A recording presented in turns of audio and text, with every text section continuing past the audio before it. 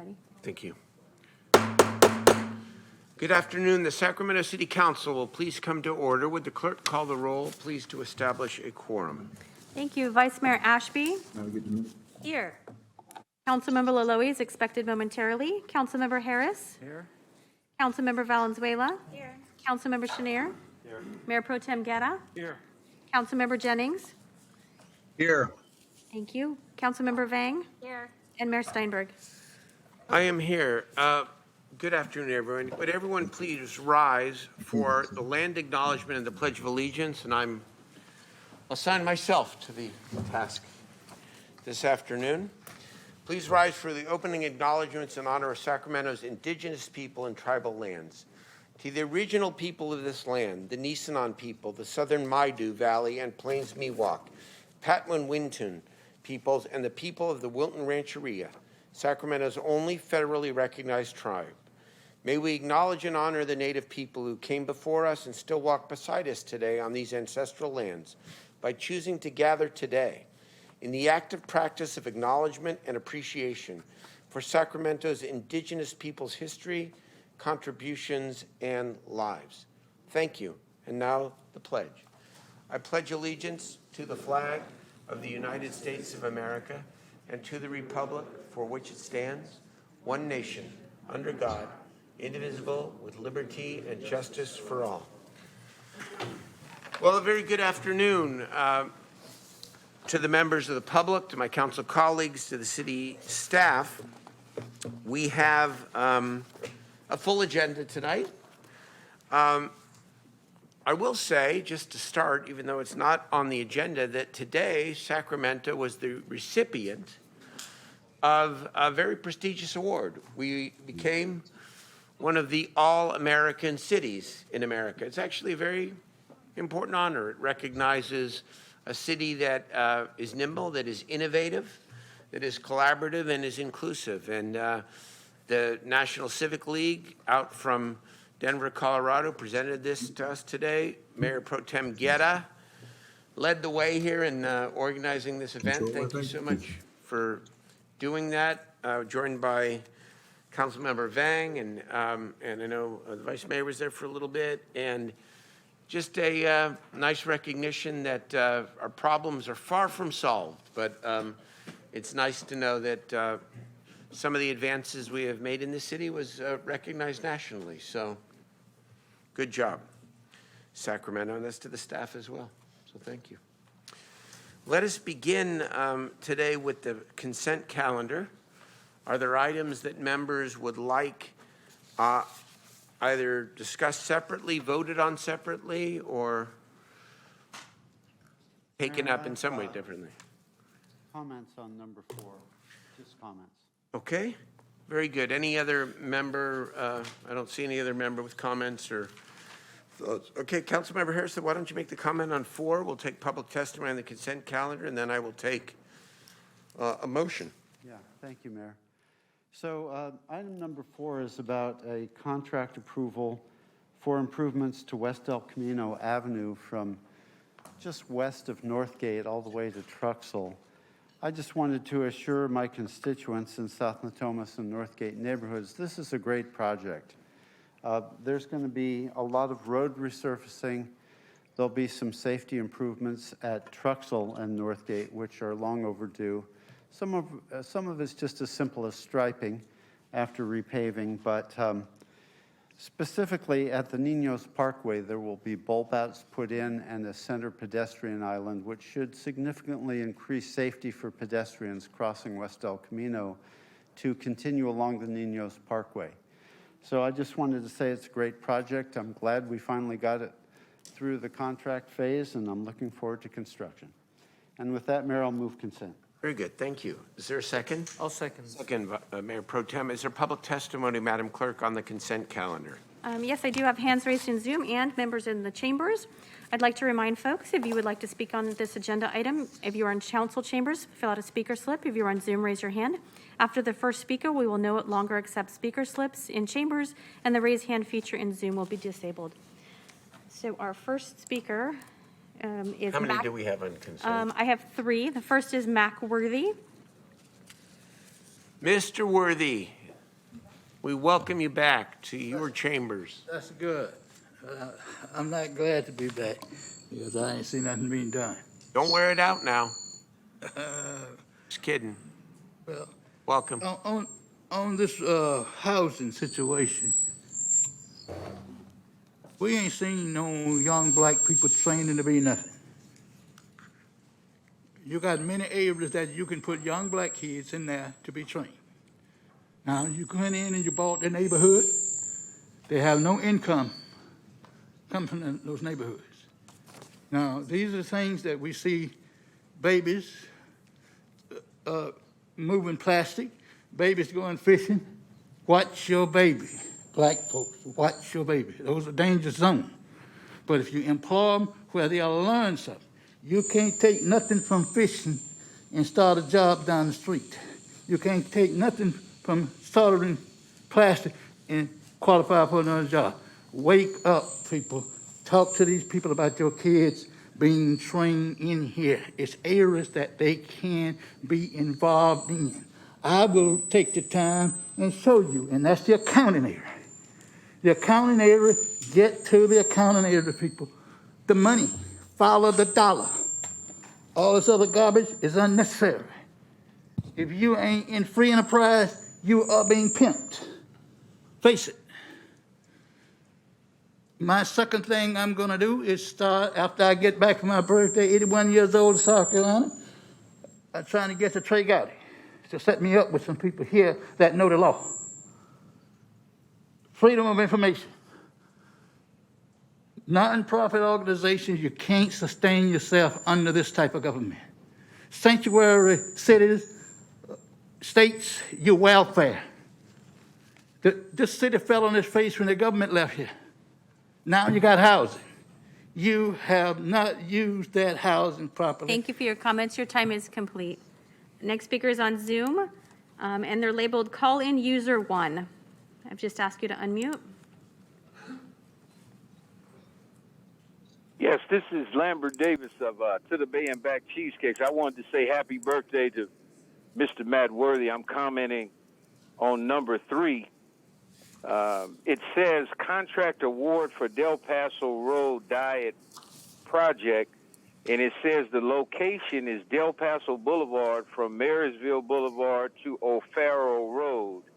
And there's 2 contracts there. One's $2.5 million and the other one is $2.3. And they just released $5 million, or should have, about a week ago. So my question is, who do I contact to find out so I can see a map of what that means by location Del Paso Boulevard from Marysville Boulevard to O'Farrell? That's my first question. And I want to send a shout out to a guy that contacted me recently. I think his name was Ash Ragani. I was impressed with what he sent me because I asked him a certain question and he answered it without deception. I mean, he really answered the question for me. So I'm not sure if I contact him, but I'd like to see a map because I understand Del Paso Boulevard, Marysville Boulevard, and Raleigh Boulevard. They're the same stretch of driving, but different amount of monies that go in there. So hopefully somebody will contact me and let me know how do I get a map of that. And again, happy birthday to Mr. Worthy. Thank you. Thank you for your comments. Our next and final speaker on the consent calendar is Marbella Sala. Good afternoon. Thank you. I want to make 2 comments on the consent calendar, and I'll start with number 4. First of all, I want to thank you, Councilman Harris, for listening to the community. I know we've been bringing this up through GNNA and several community meetings, asking for West El Camino to be a safer place for us to be able to walk and ride our bikes. But in particular, I want to thank you for placing the crosswalk from the connection from Niños Park to the other Niños Park. That was a dangerous place for us to have to cross the street. And so thank you. I really appreciate that. And our community does as well.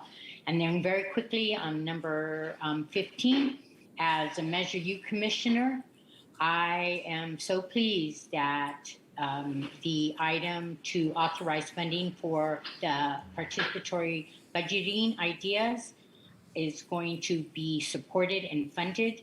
And as soon as the community has an opportunity to vote, and you're going to fund it, this is monumental. And thank you for trusting this process and trusting the community to come up with viable and realistic ideas. Thank you. Thank you for your comments. Mayor, I have no more speakers. Thank you. All right, we do have a motion and a second on the consent calendar, so let's call the roll, please. Thank you. Vice Mayor Ashby? Yes. Councilmember Lalo is absent. Councilmember Harris? Aye. Councilmember Valenzuela? Yes. Councilmember Chenier? Mayor Pro Tem Guerra? Aye. Councilmember Jennings? Yes. Councilmember Vang? Yes. And Mayor Steinberg. Yes, the consent calendar passes. All right, members, we have several public hearings and then a fairly lengthy, I anticipate, discussion calendar. So let's start with the public hearings and begin with item 16. Who is presenting on this item? Mayor, I'd like to waive staff presentation on this item and thank Sean and the team for the great work and the community for rallying around it and move the item. Open and close the public hearing and move the item. Second that item. Moved and seconded. All right, do we have public testimony on the item? We do have public testimony in chambers and in Zoom. The first speaker in chambers is Becky Kale.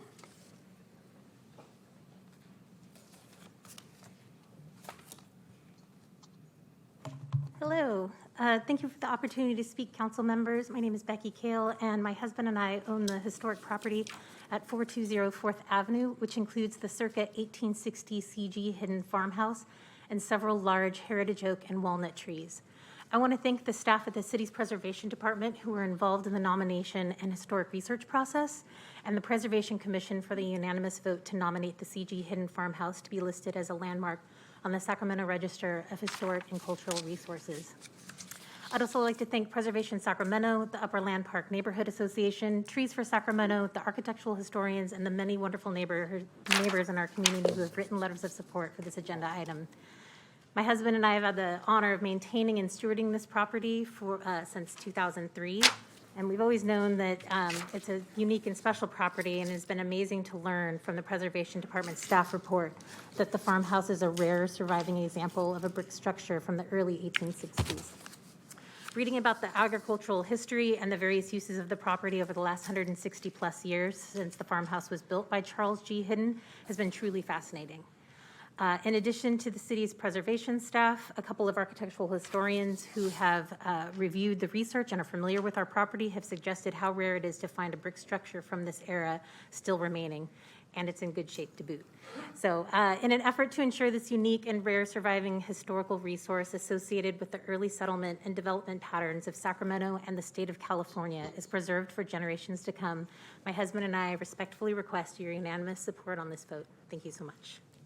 Thank you for your comments. Thank you. Before you call the next witness, members and members of the public, the city council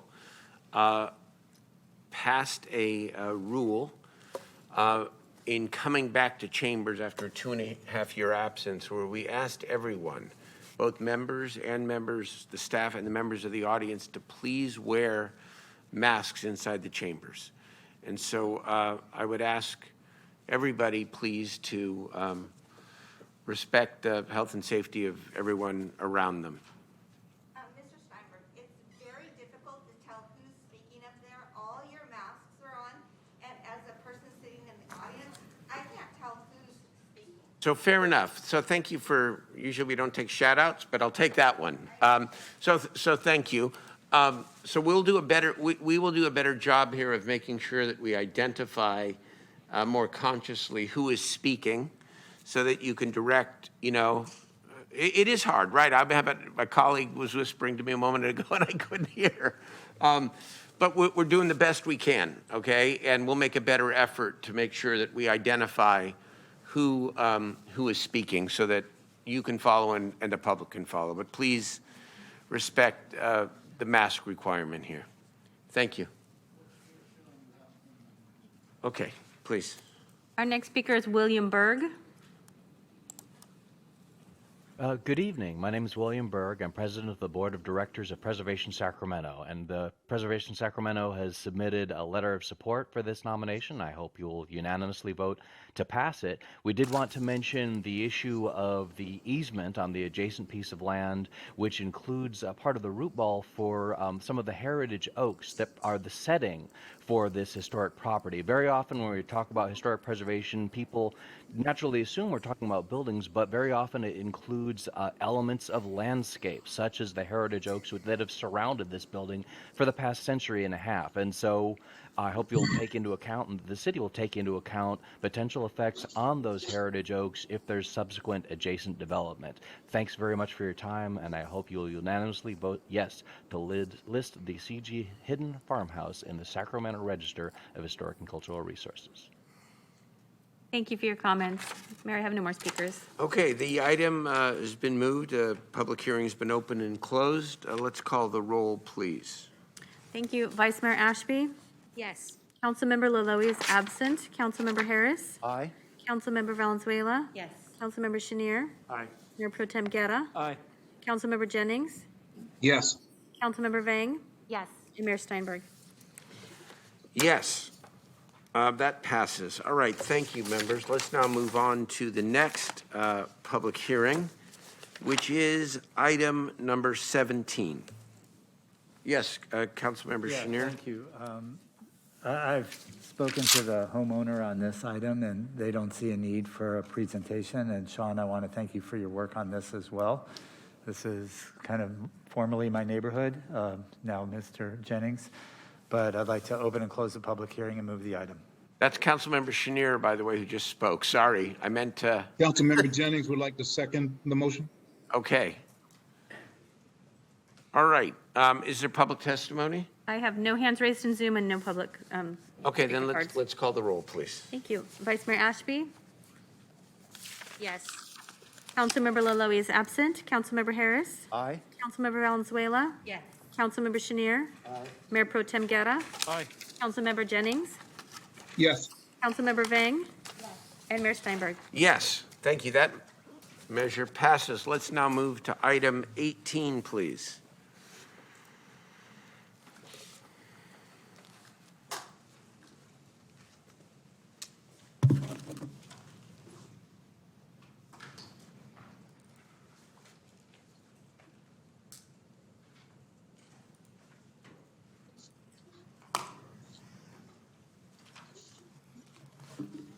Good evening, Mayor and members of the City Council. I am Brian Wong with the Treasurer's Office.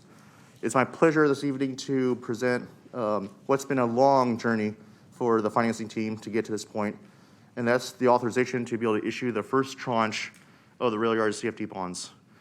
So I have a quick presentation, and followed by my presentation, Frank Myers, Executive Vice President and Chief Financial Officer of Downtown Rail Yard Venture, the developer of the rail yards area, we would like to provide a quick update on the project. So just for a quick background for the members of the council as well as for the public, there's been a long history concerning the rail yards area.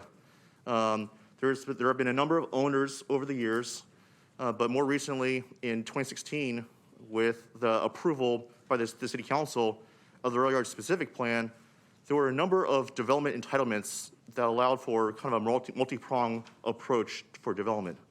So on the screen there, upwards of up to 10,000 residential units, up to 3.9 million square feet of office space, 500,000 square feet of retail, 800,000 square feet of mixed use, hotel rooms, the potential for a Kaiser medical campus, and the potential for a soccer stadium. It's important to point out that, with this, the development scheme is expected to take upwards of 20 years. So, it's a long development schedule, but there are kind of multi-pronged approach as Frank will kind of share in a minute. A few years ago, in 2018, which is kind of the action tonight, the City Council approved the formal action to form the Rail Yard CFD number 2018-01. Among the actions that were approved 4 years ago, there were two main things that were approved. One is the ability to levy a special tax on taxable land within the rail yard CFD. And the second, which is to authorize a cap of $75 million in CFD bonds that can be issued. So a quick aerial. So there are kind of two areas kind of in to look at. So the overall Sacramento rail yards encompasses about 244 acres. The CFD itself encompasses most of that, about 188 acres. So in kind of the red border there, those are the borders of the rail yard CFD. This map shows the intended different development zones. So there's 5 distinct landscapes, if you will, in the different rail yards, and they all have different components of what the developer, DRV, is planning for the different components. So for the action tonight, there are really several actions. So in the resolution that I'm seeking council to approve, there are several parameters by which I'm requesting. One is an authorization to issue up to $32 million in CFD bonds, and then a true interest cost not to exceed 6.5%. And what true interest cost is an indication of the overall cost of borrowing relative to interest rates, cost of issuance, reserve funds for the overall financing. And then underwriter's discount not to exceed 1.25%. It's important to note that, as we do for every CFD financing, that there's no impairment or pledge of the city's general fund or any fund for that matter. The entire balance of the bonds that are going to be repaid are solely the burden of taxpayers that are within the rail yard CFD that are subject to the rail yard CFD special tax. So this quick chart here is a quick estimate of where we think the pricing could be. And these are rates as of 2 weeks ago. So again, we're asking for up to $32 million in authorization. The current estimates as of 2 weeks ago is about $30 million. And that'll generate about $24.5 million in net proceeds that can be used to acquire eligible improvements that the developer is currently constructing. And this slide shows, the par amount that we're estimating, $30 million. And 2 slides ago, I mentioned that we're requesting a cap of 6.5% based on rates as of 2 weeks ago, including an interest rate cushion of about 0.5%. We're at about 5.31%. So we expect to be well below 6.5%, but nonetheless, we wanted to give ourselves a little bit of cushion just in case the financial markets are a little erratic when we price. In terms of next steps, this is kind of a quick timeline in terms of things over the next several weeks, month or so. So if council approves staff's recommendation, which is to authorize the issuance of the Series 22 bonds, then we will post what's known as a preliminary official statement. It's the official prospectus that lays out all the things that the investor needs to know. We expect to do that on Thursday. And then there's a long marketing period from late August until mid-September. And the purpose of that is to attract as many investors as we can to help drive down the overall cost of borrowing for this financing.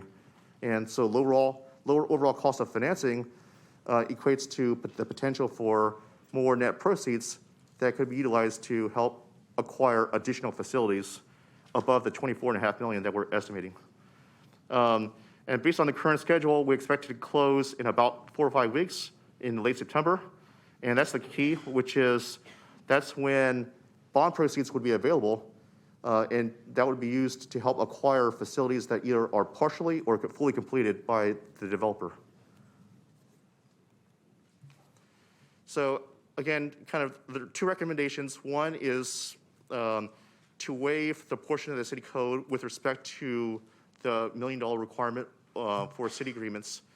Then the second is because some of the agreements that are associated with this council action are related to indentures and bond purchase contracts that are not directly related to the city or the general fund.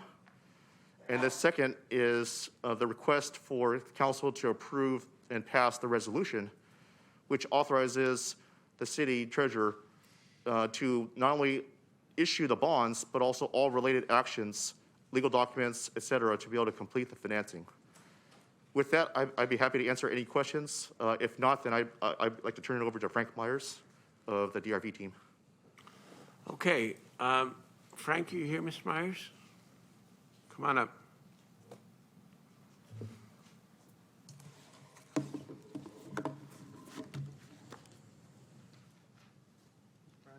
Frank, why don't you put this into context, if you will, in terms of the overall infrastructure strategy for the rail yards, because there are a lot of moving parts here and a lot of future anticipated growth. This isn't all of the needed resources for infrastructure, correct? No, this is far from the entirety of the infrastructure requirements at the rail yards. And Can you speak up a little bit, because it's hard with the masks. Oh, you know, it's a mask. It's hard. It just is. But maybe put the mic. Thank you, Mayor. And you're correct. It is far from the entirety of the infrastructure obligations that are required to activate the rail yards project. As most of you know, the rail yards is very challenging, very infrastructure challenged project in particular. I'd like to extend the thanks to city staff and the city for putting this CFD in place and forwarding this bond sale, which has always been a very critical component of the finance plan for the project. It is the early infrastructure in particular that opens up the project that's most critical. And this particular CFD will be funding a pump station, originally projected at $16 million project, now coming in at $35 million. This CFD will fund about half of the cost of that project, and that enables the development of the rail yards. Without that pump station, most of the land cannot be developed. So this is a very critical component. Over the last several years, we've solved the other major obstacles, including the 3rd Street sewer project that also prohibited development of the project, and have gotten certain major backbone infrastructure in. We look forward to continuing that infrastructure development through next year with the state grant that funds another portion of infrastructure at the project. That Mayor was so instrumental in helping us to achieve with the state, that further improves the backbone infrastructure out there. But it's still, there is over $100 million worth of infrastructure to construct. It's only a small portion of the entirety of the project. Okay. Anything else? I was going to just touch on some of the updates. The AJ, the first apartment project in the rail yards, 345 units with 69 affordable units, is nearing completion. We should be leasing in the first quarter of next year. The Central Shops map is being processed by the city, and it's close to completion. And with that, we hope to be able to start renovation of the first building, the paint shop, also in the first half of next year. We are planning another residential project on the future road, the Telegrapher. And the Wong Center, 150 affordable units, is currently underdeveloped. So a lot of exciting things happening at the project, and we look forward to continuing that success. Thank you. I would just note that even amidst all the challenges, COVID, post-COVID, the social condition, some of the challenges we face that we'll discuss tonight and that we frankly discuss every week, that the rail yards is taking off. And we got a ways to go, but the rail yards is taking off. And you just illustrated a couple of the examples. And so I think it's really important that we both take the problems we have very seriously, but not, say that the sky is falling, that everything is broken in our downtown and in our city. Because here's an example of, amidst all of it, investors are looking at the rail yards as they're looking at the downtown and midtown and all the housing starts and all the development going on and saying, this is still a pretty good place to invest. And I want to thank you for hanging in there, you and Denton and Jay and all your partners, okay? Thank you, Mayor. Thank you, sir. Okay, I've got Jeff Harris up. Why don't you go take it, Jeff, and then we'll take any public testimony. We got two. I'll take Jeff first. Go ahead. Well, thank you, Mayor. I'd like to thank Brian and the investment team for pulling together a pretty difficult CFD. It's taken a long time. I appreciate your work a lot. Frank, to you and everybody at DRV, I'd also like to extend my thanks to Jay Heckenlively and Denton Kelly as well. I've been to the AJ. It's a pretty tremendous building. And of course, we're very appreciative that there's 69 affordable units there. We also have the Wong Family Development Center coming in the rail yards. There's a lot of good stuff that's happening. It's been a long time coming. You're right, the infrastructure challenges out there are very, very big. And the 3rd Street Sewer Project was a big project. And yes, the pump station's a big deal. You know, this is a good thing. And it's absolutely necessary to stimulate the further development of the rail yards. You guys have been pretty courageous so far in sticking with the project overall. I just want to acknowledge the difficulties of redeveloping a site that was in need of cleaning up and had just so many challenges, and yet is such a great opportunity site for the city of Sacramento. It's that kind of development prowess that makes our city a better place. And when I got elected, actually when I was campaigning 8 years ago, I said that the rail yards was really a place of focus and that it was going to change the face of our city. I was right. It's taken longer than I had hoped. But you know what? There is a lot of movement in the rail yards. It's all positive. And I'm very excited about this moving forward. So I would like to move the staff recommendation as indicated here. Let's see, is this a public hearing? No. No, it's not. So that's it. I'd just like to move staff recommendation in its entirety. And once again, thank you all for being very diligent in moving forward and developing the rail yards, to staff and the development team. Thank you, Mayor. Thank you very much, Councilmember Harris. Thank you. And thank you, Mr. Wong, for your outstanding work and the treasurer's outstanding work. Thank you. Let's hear from the two witnesses, please. Thank you. The first is Jeffrey Tartagia and then Mac Worthy. Then we need a second on the motion. Yeah, Mayor, I'm happy to second, and congratulations, Councilmember Harris and the treasurer's team. Brian, great work. Yeah, thank you. It's moved and seconded. Mr. Tartagia, welcome. Mayor, my interest is, because not being just below it, is this the only pump station requirement that's going to be needed for the property? And with the 5 distributions and suggesting this is about $35 million of a $100 million project, is it posted, listed? What is the other portion to the $100 million that is being suggested as initial infrastructure needs? That's essentially what my questions are in regards to the... Maybe, Mr. Wong, I don't know if you heard the question. Can you break down the $100 million? Can you break down the infrastructure being financed by this portion of the CFD? Sure. So at least for the first tranche, as Mr. Myers just mentioned, the plan is to issue about $30 million. So of that, $24.5 million is the estimate for bond proceeds.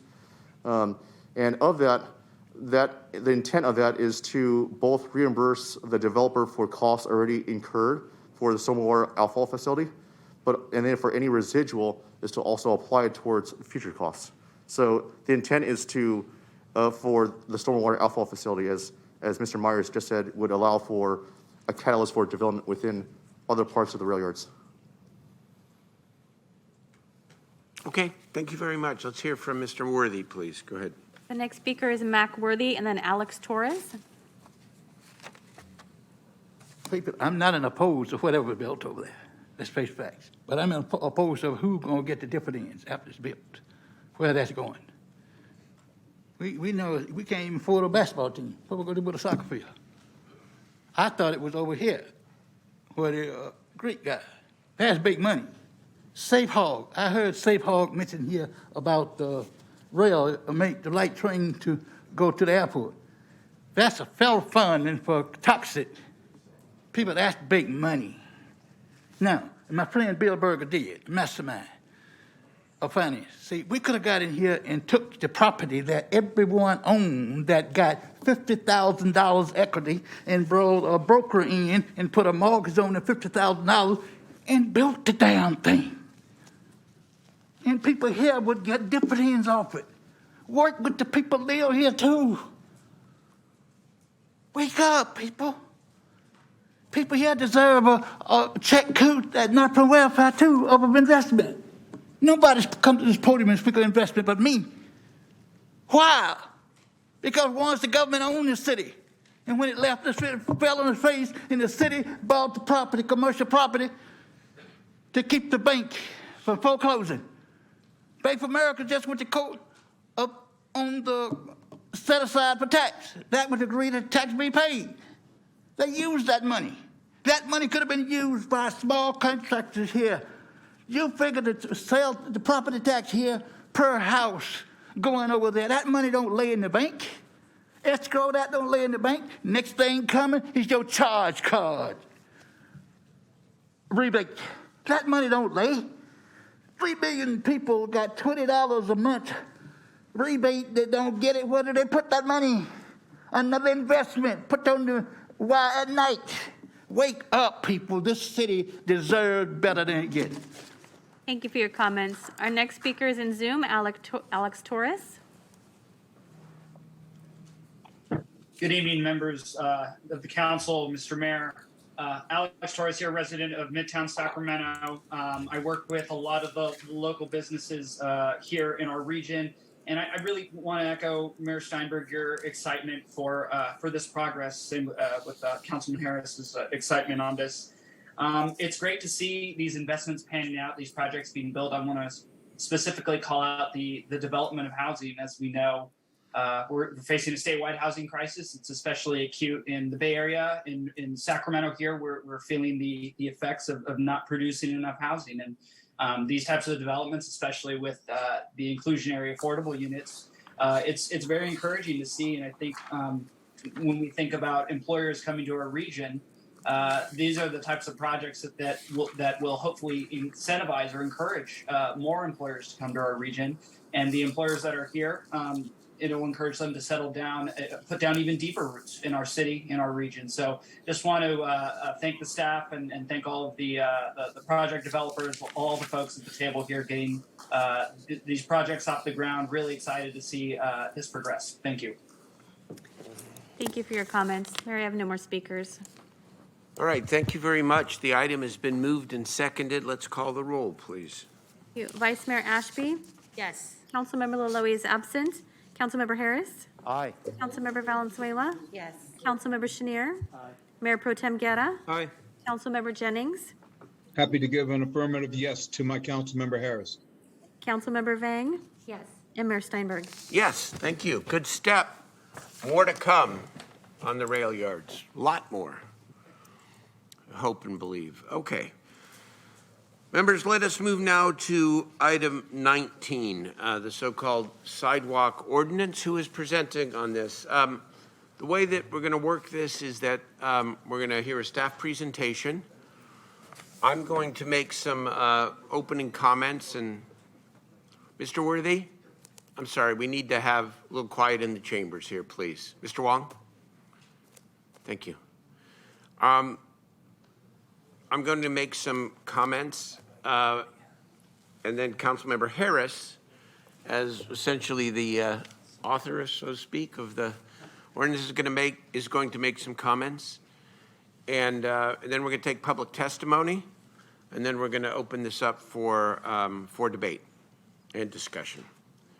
All right. So, who is presenting? I can start, Mayor. Madam City Attorney, go right ahead. And then hand it over to Councilmember Harris. No. I'm gonna. Oh, okay. I'm gonna go. But are you the only one presenting for the city staff? Yes, I've got two of the attorneys. They're available virtually too. That's to answer fine. any questions. Okay. do Just, you it's just, want to take the podium, or do you want to? no. Okay. You can go right ahead. Just quick, simply presenting to the council an ordinance for your consideration and adoption that will amend our existing sidewalk regulations and actually update them and provide for more description as to who has the authority to enforce and allow the city manager to designate the enforcement officials. It did go to Law and Ledge. As a result of the Law and Ledge discussion, we made a number of amendments that would require city staff to actually provide for if the sidewalk obstruction is based on an encampment, for city staff to provide for an opportunity to move and store the any equipment that is there, any of the materials that are there. And I think at this point, Mayor, I'm just going to turn it over for any questions. That's a pretty broad, generic overview. Well, maybe that's an opportunity for me then, for me to make my brief opening here, because there is some additional context, then turn it over to Councilmember Harris for the same, and then we can take the public testimony. And of course, I want to wait to hear from the public to make my final vote on this, as is the right thing to do. But I also kind of want to lay out the context and also express my thoughts as we head into the vote, all right, as the mayor of the city, because this is an important measure. In my opinion, this ordinance is necessary. Our city sidewalks must be clear and safe for the residents of our city, including children walking to and from school. Assuring that safety, that ingress and that egress on our sidewalks, really, when you think about it, is common sense, and it's one of the most basic functions of city government. And I wish none of this was necessary. I want to thank the Law and Legislation Committee, Councilmember Chenier, and the members for improving the original draft of this ordinance, I think in two very significant ways. And it leans to why it is I am supportive of this. That in an imperfect way, but in a very real way, the Law and Legislation Committee sought to make that connection between enforcement and alternatives.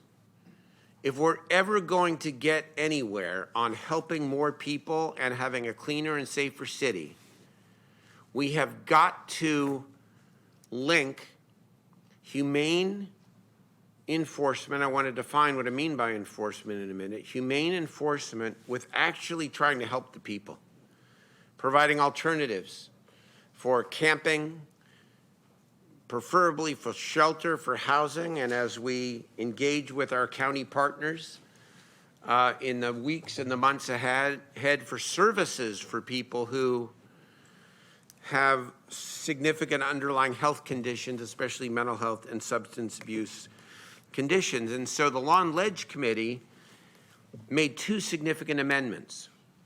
There's always an exception, obviously, for imminent threat or health and safety for the city manager to invoke. But the basic policy in the ordinance is that you can't move someone from the sidewalk unless you do two things. One, you offer them another place to sit or to stand. And secondly, that you provide a safe place to store their belongings, which has been a real complaint from activists and others about prior instances of moving people or telling people that they can't be in a certain place. And that's an improvement. Because again, imperfect, but linking humane enforcement with alternatives, and that's just the beginning, is essential. So I looked at this, and of course, like everyone, I think, even if you believe that this is a common sense measure, as I do, the issue of the misdemeanor has become sort of the controversy and the topic, because nobody wants to criminalize the act of being homeless. And certainly, you know, I've led a city over the last 5 years that has put a real premium on adding resources for shelter, for housing, and for trying to help alleviate the suffering of the people. And as we say every week now, and I'm going to say it every week because it's worth it, we're now up to 1,100 beds every night from a low of less than 100 than when we started. And we're not done yet. So the misdemeanor was of concern to me, and so I dug in, like my colleagues dug in, and you'll hear from them in their own opinions. And even though I don't love it at all, I have become convinced that the only way that the Department of Community Response, yes, the police, and or any other designee of the city manager can tell someone that they have to move, that they actually have to move if they're obstructing the sidewalk, if they're otherwise unwilling to, is to invoke the law, the potential misdemeanor. Under an infraction, I've become convinced, and we can have a lot of question and answer about this, that the city would not have that authority, and so then the end result is that the sidewalk is obstructed, and we can't have that in our city. And so I have put forward a resolution here that would not be part of the ordinance, but would be complementary to the ordinance, that would be specific direction to the city manager. And I've worked on this over the last couple of days, and they can speak for themselves, of course, but with the concurrence of the city manager, the police chief, and the city attorney, that says the following. 3 main pieces of this resolution that is in front of you. Number 1, that absent, and I'm summarizing it, but absent a risk to the health and safety of the individual, of a police officer or other designated city official, or another member of the public, including another homeless person, that if citing someone for a misdemeanor, and by the way, this is a last resort after the city has worked to try to help the person get off the sidewalk to either another place to camp or, again, hopefully to shelter and or housing. But unless there's a threat of some kind to the health and safety, that the city will not take the individual into custody. It's a citation. Secondly, that the city attorney's policy and direction has been and will continue to be under this resolution, that unless there is some unforeseen extraordinary circumstance that I can't think of now, that the city attorney, who would be the public prosecutor under this misdemeanor, will not seek a fine against the individual, because that would be cruel, frankly, because you're talking about people with nothing to begin with.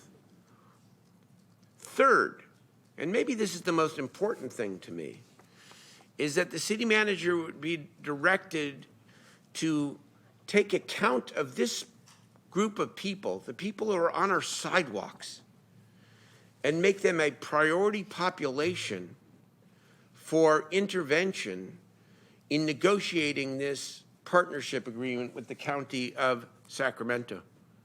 Because if we don't ultimately help those people, and this could be a hook to help people, then I don't care if you move them 4 feet off the sidewalk. They're going to be in and around the sidewalk, and none of this is going to work. And so those 3 changes, I think, both maintain the complete integrity of the ordinance and gives the city the ability to, yes, as a last resort, move people who are obstructing the sidewalk without really, when you think about criminalizing it, because the person is not going to be taken into custody in most every instance, and we're not going to seek a fine against them. So that's what I propose as a resolution to accompany the ordinance, which I am inclined to support including the misdemeanor provision. Councilmember Harris, you want to give your thoughts on this, and then we'll open it up for public testimony. Yeah, thank you, Mayor. So I brought this ordinance forward for a couple of reasons. One is, as we all know, homelessness has increased in our city to a dramatic degree since the outset of the pandemic. And what we found, because of the county health order, because of jail releases, and all the struggles that we've dealt with over the last 3 years, is that we have a population on the street that actually requires some substantial management techniques to deal with. We know that we don't have enough housing immediately available for everybody who resides on our streets. We know that we don't have enough shelter beds for the advanced population as well.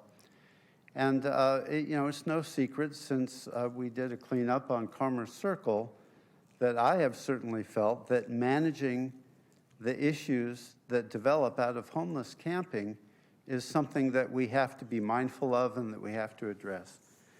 I brought this ordinance forward because we are finding all over the city, but certainly in District 3, that many campers have grown accustomed to completely occluding the sidewalks. We've seen it in the River District, we've seen it in East Sac, South Natomas, Gardenland, Northgate. Well, this creates a lot of problems. For one thing, and the mayor touched on this, and I see people here who have been involved in creating safe pathways to school for children. Look, the reality is that there is a real lack of safety on our streets. You just see it every day. I think every person in this chamber has dealt with it to a certain extent. When our sidewalks are completely covered with homeless possessions and trash, people can't walk on those sidewalks. People in wheelchairs, their mobility is severely restricted because of homeless camping.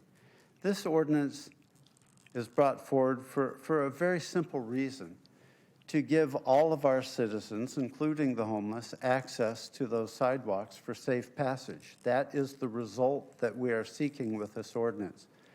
Simply stated, safe passage, so that a person walking on a sidewalk does not have to divert into the lane of traffic to get around a homeless encampment. This is not about moving campers. It's not about telling them you can't camp here. It's really quite simply saying, clean up your act a little bit. Make it more compact. Make sure that all of our citizenry has safe passage on our sidewalks. That's the result we're looking for. We haven't been able to manage this problem effectively heretofore, and so we brought forward this ordinance. And like every ordinance, which is really about behavior modification, it has a penalty attached to it if people continue to impinge upon the freedoms of all our other fellow citizens. That's what this is really about. It's not about fining homeless. It's certainly not about taking homeless people to jail. But let's be realistic here. There are some members of the homeless population who are dangerous, who are belligerent, who are not accustomed to following laws, and have no intention of following them. That's why there's an enforcement component to this ordinance. Chief Lester is in the back room, and Chief, can I ask you a couple of questions? If this ordinance, thanks, she's coming into the chambers here, so that'll be helpful. I'll just give her a moment. What I want to do is ask our chief a few questions about how we would enforce this ordinance, what it would really mean to not only the homeless population. You have to understand that this ordinance applies to every citizen in the city. This isn't just about the homeless population. Thank you, Chief Lester. So if this ordinance passes tonight, it gives you a management tool. It gives all of us, the city manager and his designees, a management tool to clear our sidewalks. So how would PD, if Howard directed PD to start working on this problem, how would you actually approach it? Is the intention to levy fines? I don't think so, because the homeless people won't pay them anyway, and that's pretty much a known fact. At this point, if you arrested somebody for occluding the sidewalk, I don't think they'd be accepted at the county jail. Can you tell me how this is a management tool to affect the change that we're trying to get to, which is creating safe passage on our sidewalks? Sure, Councilmember, thank you for the question. I think the first point that you make is critical. Really, it's the city manager's decision on how to approach this, but I can tell you the approach as the city has been to offer resources. If the police department were to be brought in to help with this issue, we would of course first ask for voluntary compliance. Then we would explain the consequences of a potential citation, and then issue a citation in most cases, with very few exceptions. As far as the fines, that's really a question for the city attorney. These are prosecuted and handled by the city attorney, so I'm afraid I can't answer that part of the question. Councilman Harris? I'm sorry, could I ask the city attorney that second question, or maybe you want to, because that's the question to her. Well, yeah, Madam City Attorney, we've got a problem. We're looking for a fix. It seems to me impractical to levy fines on people who don't have the wherewithal to pay them. If you are in the position of prosecuting, say somebody, we come across a homeless person and PD or DCR or anybody encountering the person on the street says, look, you're blocking the sidewalk and we really can't have that happen. We'd like to help you, compact your kit here, if you will. And if they just say no, and then the person says, well, no, it's actually the law. We are requiring now that you do not block the sidewalk. And if they continue to say no and just say, I don't care, I'm not going to comply with this law, what would be your stance in prosecution? Yes, Councilmember, in that case, and as the chief said, they would issue a citation for a violation of this code. That citation then comes to my office for review to determine that all the elements are met. If the elements are met and we file it, then we would walk into court typically and make a certain recommendation to the court, and we would never request, typically ever, fines or any kind of jail time, because that's not what our office does. Our office is seeking more to get compliance. Well, so we have this ability to say there is a consequence if you simply refuse to comply with this ordinance, but then you're saying generally we don't apply fines and generally we don't apply jail time. So how then can we get compliance out of individuals who simply say no? Well, the compliance is the removal.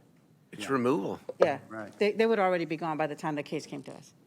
So, that is in essence, I think that's an important discussion, because we're not going to make money off of this. We're not going to collect a bunch of fines. It's completely counterproductive to put a homeless person in jail. And as I said, the jail is not accepting people for minor misdemeanors. It's just not going to happen. This is just a management tool to get our streets to the point that we can manage what we're encountering day to day. And what we're encountering day to day right now is completely unacceptable to pretty much everybody in the city. It's about management behavior. I say that once again because it's a very important point. I think that our lack of enforcement with the homeless population has engendered sort of a sense of entitlement that they've got free reign of the city. And we know that there are some bad players in the homeless community. We also know that there are a lot of great people who, if we ask them politely to move their stuff, they would do so. And if we offered to help store it, tag it and store it so that they could retrieve it, they would comply. It's our hope, certainly, that most people, when encountered and asked to comply with this ordinance, will do so voluntarily, and it's a non-issue. But when you make a law like this, like I said, it applies to all people, homeless, not homeless, people of any income level. There have been times, we've had a sidewalk ordinance for a long time, You know, you can't occlude entrance to businesses. At times, people who are housed, who are trying to make money have done so. They're subject to this ordinance. Everybody is subject to this ordinance. And it's important to realize that also. This is not just simply about a reaction to homelessness. It is an ordinance that is intended to keep our streets safe. I just want to make sure, you know, Mayor, in Section 2, when you say that you have a directive limiting to the fullest extent practicable, I mean, that gives you a lot of wiggle room. City prosecutors from seeking imposition of fines, as our city attorney said, that's not their practice. It's not what they intend to do. It's not what they want to do. But that worries me a little bit because it seems like we're trying to dictate the prosecutorial discretion of the city attorney. So I worked this out with the city attorney this afternoon for that very reason, because, and she can speak for herself, obviously, but to the extent practicable was the city attorney's request, to make sure that there was that ultimate discretion. But I think it's important that we codify and send a signal as a policy-making body about what we mean by this, And yes, we hand over discretion to our city manager and our city attorney and know that they will always act in the best interests of the city and in a fair and a humane way. But I want us on record to be clear about what this means. And it doesn't circumscribe their discretion, because in the 1 out of a million case, maybe they would decide something different. And certainly in a case where an individual was violent or a threat to the public safety, it might be necessary to put them into custody. That's the way that it is. But I want us to be clear on what the intention is and what the direction is. That's good for the city. I frankly, and I'm going to, sorry, I don't want there to be such division in the city on these issues. It's not good for the city. The activists who say all we're doing is criminalizing homelessness, and the business community, the residents who say we're frustrated and you have to do something. Guess what? We can do the right thing, always. And the right thing is to say we need a stronger tool to clear our sidewalks, because people should be able to walk up and down the darn sidewalk, including kids. End of story. But we don't have to be, you don't have to be hard-hearted. We collectively don't have to be hard-hearted about it. And the emphasis always needs to be on trying to help the people. Because, by the way, that's not only the right thing to do, it's the only thing that's going to provide relief to the neighbors and the business corridors. Because people are just going to, it's whack-a-mole, as we've talked about many times. So I just want to try to do our best to minimize the division between the camps, so to speak, within the city that are kind of divided on this. I think this kind of hits the sweet spot, because it does not circumscribe the discretion of the city manager or the city attorney, but states what our values are and what our intent is. And I think it's the right thing. Mr. Mayor, can I put a finer point on that? In that, Please. you know, the police department are not going to come out and try and clear sidewalks out based on calls we get for 311 or non-emergency. Our first line is going to be with DCR. And as you mentioned, we're negotiating this partnership agreement with the county. And so it's my hope that we would have social workers from the county come help us, you know, find resources for folks who are including the sidewalks. And then even beyond that, before the police department's engaged, because we have very limited resources in that regard. Yes. We're going to have our code enforcement team come out as well in those instances where it makes sense. And kind of as a last resort, we'd have our police department come out and, you know, invoke this misdemeanor, citation, arrests, and all that. So there's many steps that will happen prior to the police having to actually forcibly remove somebody from the sidewalk. That's an important point. Mayor, I want to make it clear to you, I don't know that you know this, but when I was thinking about this ordinance, I spoke to Bridget Dean, and she encouraged me highly to bring this forward. She did what? She encouraged me highly to bring this forward. Okay. The reason being, because she felt it gave DCR another good management tool You know, look, while we're searching for spots for people, for more shelter space, for more housing, we still have to manage the issues we have on the street. If Bridget and DCR feels that this is a good management tool, then I think that is a pretty strong statement that it can be efficacious in that regard. And I told you I'm inclined to be strongly for it.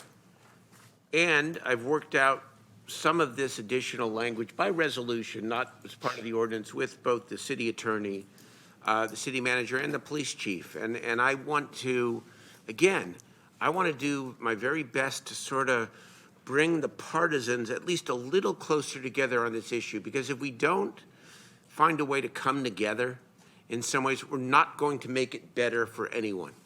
And we need to make it better for the people who are homeless, and we need to make it better for the residents and the business corridors. We have to. The status quo is wrong on all fronts, on all fronts. Okay? Well, with that, Mayor, let's take some public testimony. Let's do it. Okay. See where we are. Okay, go. Let's hear from the public. We have 30 speakers. Yes, Mayor, I have almost 30 speakers. The first is here in chambers, Matt Ryan. And I do want to remember members of the public, if you'd like to speak on this agenda item, if you're in council chambers, fill out a speaker slip and turn that in. If you are on Zoom, please raise your hand. And after the first speaker, we will no longer accept speaker slips, and the raise hand feature in Zoom will be disabled. Mr. Ryan? Thank you for allowing me to speak.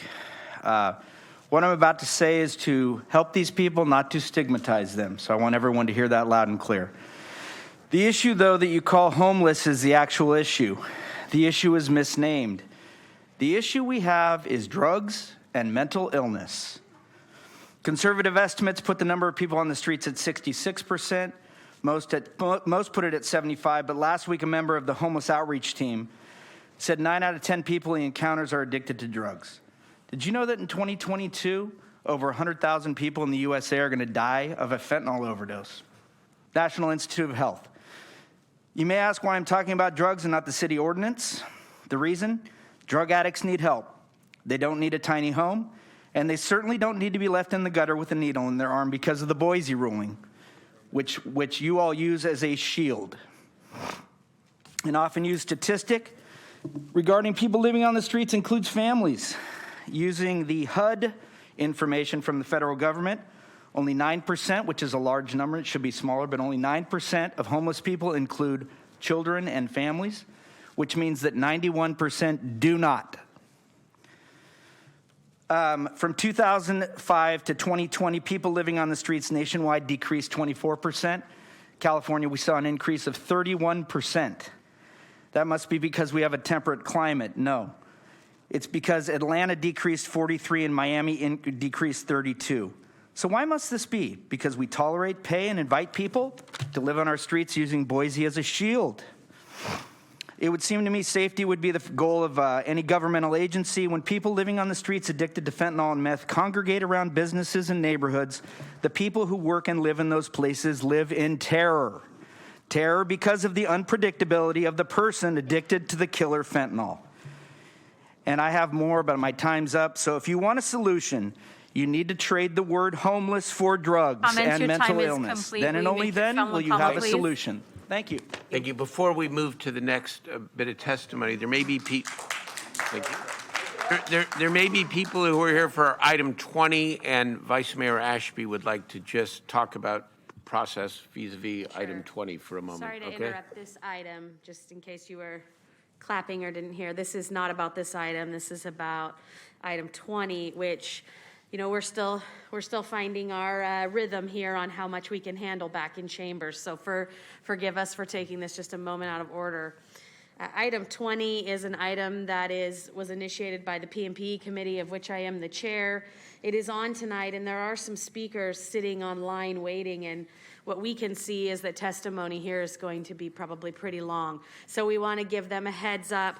I think we're going to move this item, Mayor, to next week's council agenda so that we don't jam ourselves up and limit folks who are here to speak on this item, nor limit folks who would like to speak on that item. That said, I'd like to take a little prerogative here, Mayor, as chair of P&PE, and I would like to ask our city clerk, when you bring this back next week, please make 2 changes as my recommendation. and the council can choose to veto me if they'd like, but these are my two suggested recommendations, please, for next week. Number one, that committee chairs and commissioners could serve a 2-year term or 2 one-year terms as chair of the committee or commission. Right now, it's Instead of 1 year, they would be allowed to do 2 consecutively, Mayor.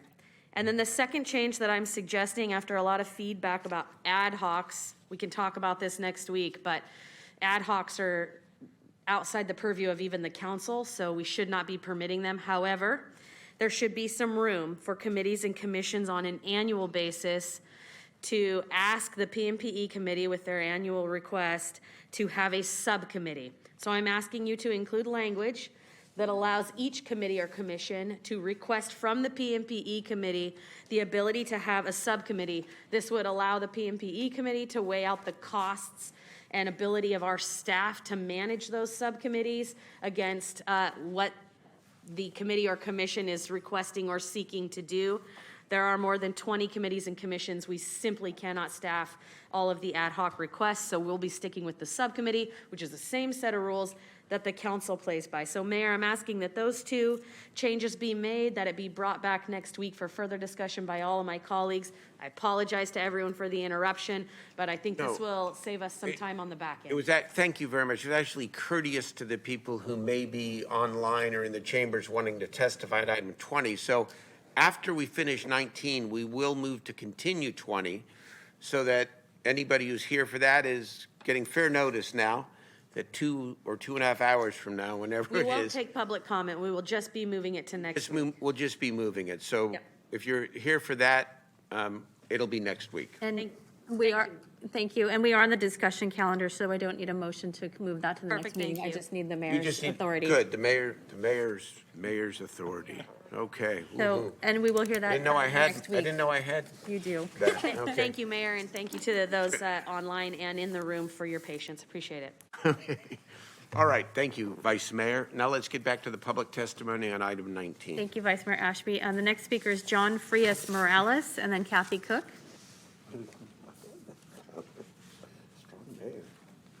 My name is John Frias Morales, and we are both ESAC homeowners, and we love Sacramento more than anything to be a livable city, the most livable city. We've walked through the Capitol Freeway underpass with our dog on our way to Midtown and McKinley Park, but we've been blocked by the homeless encampments. There simply isn't any room on the sidewalks.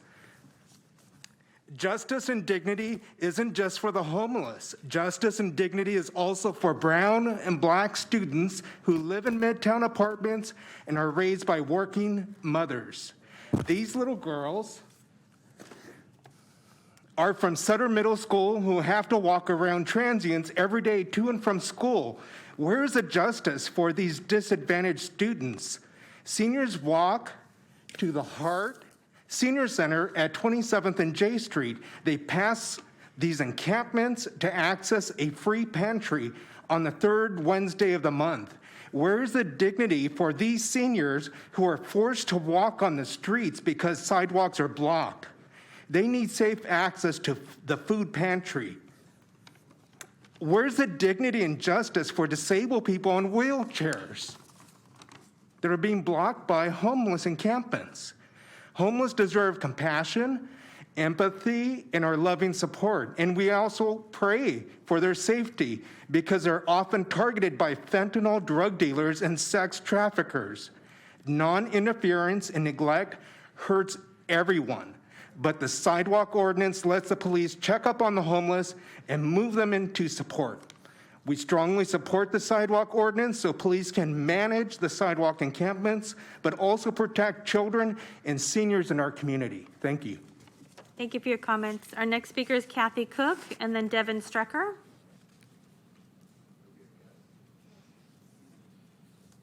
Thank you. I just want to say that I am for this ordinance with some reservations. It's common sense. We need to take care of public safety. But I really think that an infraction is better than going the route of a misdemeanor when we're not going to really be enforcing the misdemeanor anyway, but you're going to clog up the courts for no reason.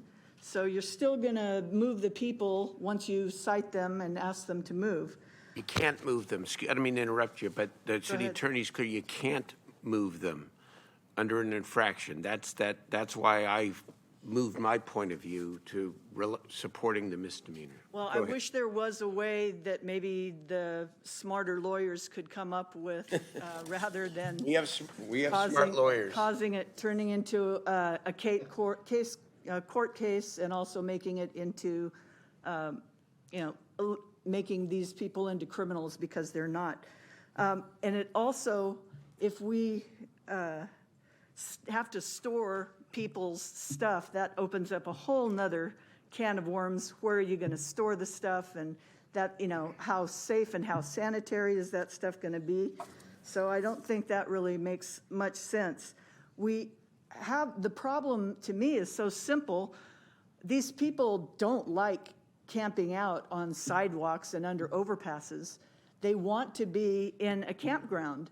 And that's the whole solution. We could designate a safe campground where they could go, and I really do believe that that would take care of at least 75% of the problem, and then you're always going to have the belligerents that aren't going to want to move.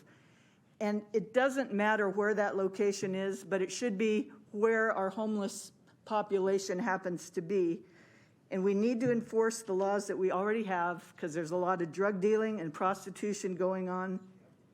And we need to locate. Thank you for your comments. this Your time is campsite complete. away Will from you the make your children's final comment, receiving please? home, playgrounds, and Thank you for your comments. Our next speaker is Devin Strucker, and then Jeffrey Tartagia. Hello, I'm Devin Strecker. I'm the Executive Director of the River District. Mayors, City Council members, and staff, it's great to be here in person with you all. The best way to traverse a city, to experience and understand and admire all that a city has to offer, is by its sidewalks. When you walk a city's sidewalks, you notice things, you meet people, you experience things you could never do otherwise. We've made a significant investment in sidewalks in our city, and we've invested even more to make sure that they're accessible for everybody, even if they have disabilities. So while this ordinance is just a small part of the solution, it's very necessary, and I really ask you to please pass this ordinance as written. Thank you. Thank you for your comments. Next speaker is Jeffrey Tartagia, then Tim Crush. Yes. Jeffrey Tartagia. As being your point-in-time co-chairperson, and if you've read the 60-page report, you will understand part of the problem. I hope you've done that. One, you should have at least 24 hours on notice, because it's been a problem that's been around for a while. But as part of the disability community, I also recognize the need for proper safety. I see nothing in there that explains about how much of the city's now not 40 inches, but 48 inches qualifies for clearance. You need a place to do this. You need something that is better, and you need what apparently Los Angeles made the investment in the manner of which you say storage. A place, whether it's using garbage cans like the big bins that can be stored and cleared up, you need to have those in place beforehand. I just came earlier today with the county. We're dealing with the, should we say, ordinances around for the American River Parkway, explaining the same thing. The population is increasing. The encampments are increasing. You need to come up. It is a tool to be used, but the tool needs to be efficient, effective, and have some form of solution. I don't see what you're doing here is just another form of sweeps until you have the resources put in place to manage them. And don't blame it on the children. It's something we're all exposed to. So please, yes, you need to get the sidewalks cleared, but you need to have in place the manner and means of which to assist getting the sidewalks clear, which this doesn't do, and the ordinance doesn't provide that means. Thank you for your comments. Next speaker is Tim Crush, and then Dale Snap. Tim Crush, I live on 35th Street in East Sacramento. Honorable Mayor and City Council members, I'm in favor of this ordinance. Sacramento has become a dumping ground for urban campers. The point in time census that is done about these homeless and urban campers shows that the majority of them are not from Sacramento. They're coming here because Sacramento is soft on urban camping. This ordinance will give the police and the city manager the means to do something about it. I'm in favor of this ordinance as written. We need to clean up our sidewalks. School children need to be able to have a safe route to schools. Citizens of East Sacramento and Midtown need to be able to traverse underneath the freeway. They can't do it safely with all the homeless and urban campers, the drug dealing, the prostitution that's going on in these camps. They need to be cleaned up, and our city needs to be restored to order. I'm against the mayor's resolution as stated, and I would support this ordinance as written and proposed by Councilman Harris. Thank you. Thank you for your comments. Our next speaker is Dale Snap, and then Nick Kufasames, and you'll have to correct me when you come up. Kufasimas. Hello. My name is Dale Snap, and I support Jeff Harris's revision as is, not with the mayor's changes. What we've created is a class of citizens that no longer have laws to follow. We don't enforce parking. We don't enforce urban camping anymore. We allow them to block the sidewalks. I know personally that my taxes went up for the city when they got sued for ADA, and you put in how many millions of dollars in curb cuts, tens of 20s of millions of dollars. So is that out? So now we're going to say homeless people are more important than people that have disabilities? Is that what the city's position is? You need to have some way to enforce a rule. Most homeless people will not obey a rule unless there's some kind of consequences. We've seen that time and time again.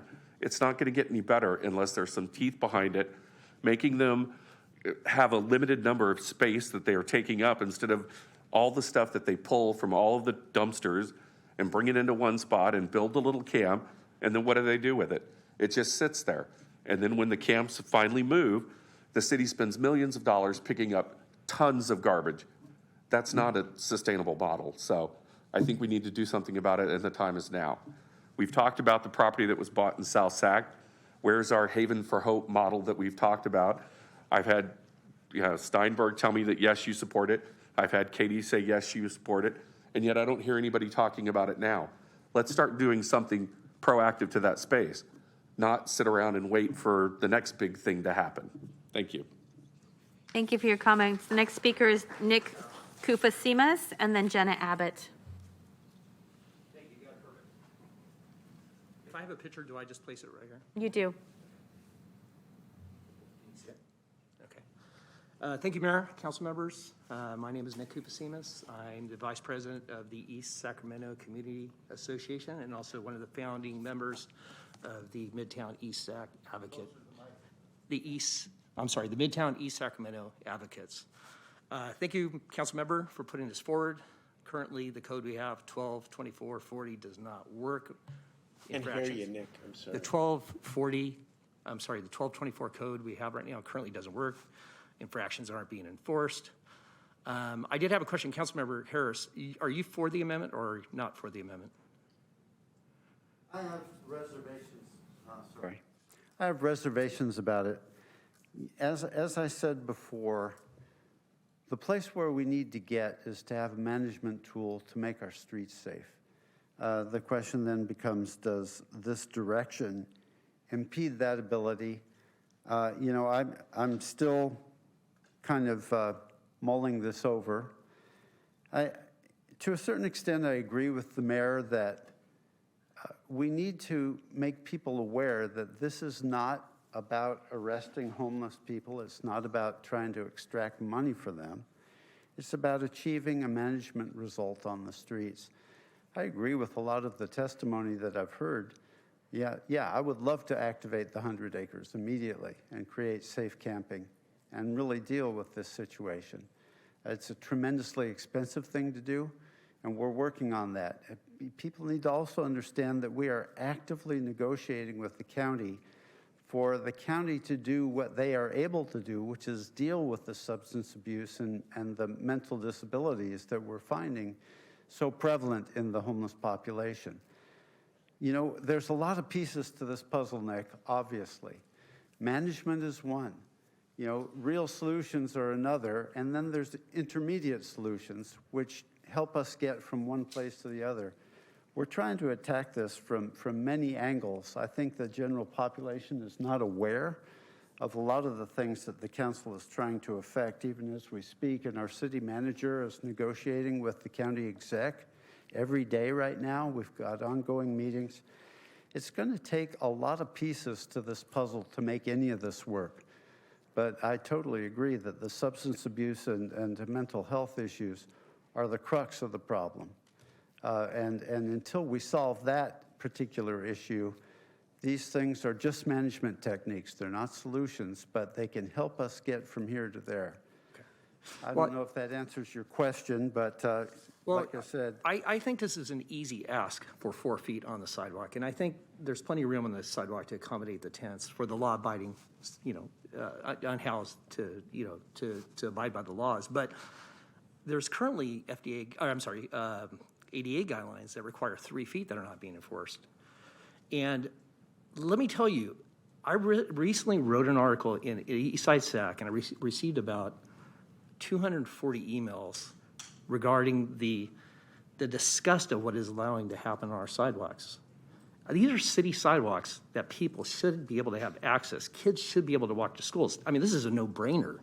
I just don't see how you guys aren't allowing it to happen. I mean, it's real simple. I mean, we need a tool to enforce those people. Mayor, you were out there Saturday. You said there's an amount of population coming out of prison that are not abiding by the laws. I mean, it's real simple. Those are the population that we're looking at that don't abide by laws. So if an officer comes out and says, you need to move, and they don't listen, they thumb their nose at them, there's got to be a tool to get them off the sidewalk. I'm in favor of it. Nick? Thank you for your comments. Your time is complete. Thank you. And next speaker is Jenna Abbott, and then following Miss Abbott is Jackie. Hi, Sean.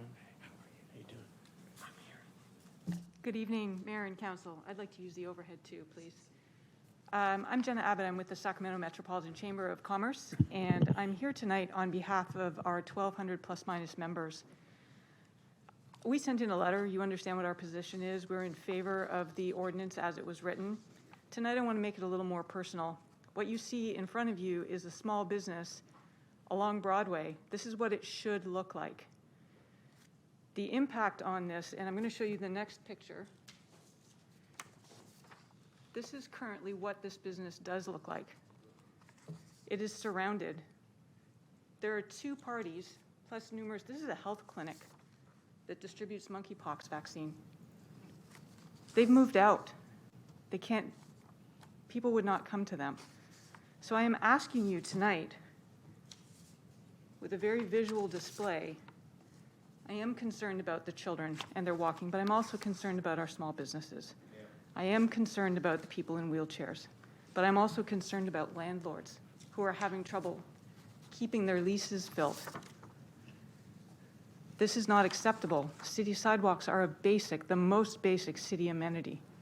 And I encourage you strongly, strongly to take up this ordinance and then allow our peace officers to have the tools that they need to enforce this measure.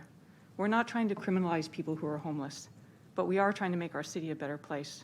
Thank you so much for your time. Thank you for your comments. Jackie, and then Tricia Stevens.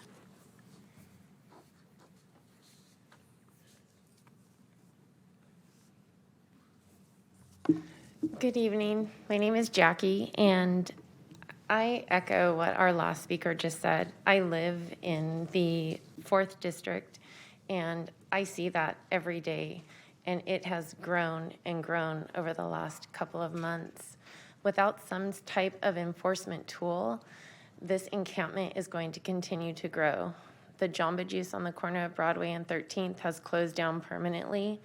Our Starbucks that was right next to it has become walk-in only so that they could close the restrooms because they were having so much abuse with drugs from the homeless that are in that encampment around that area.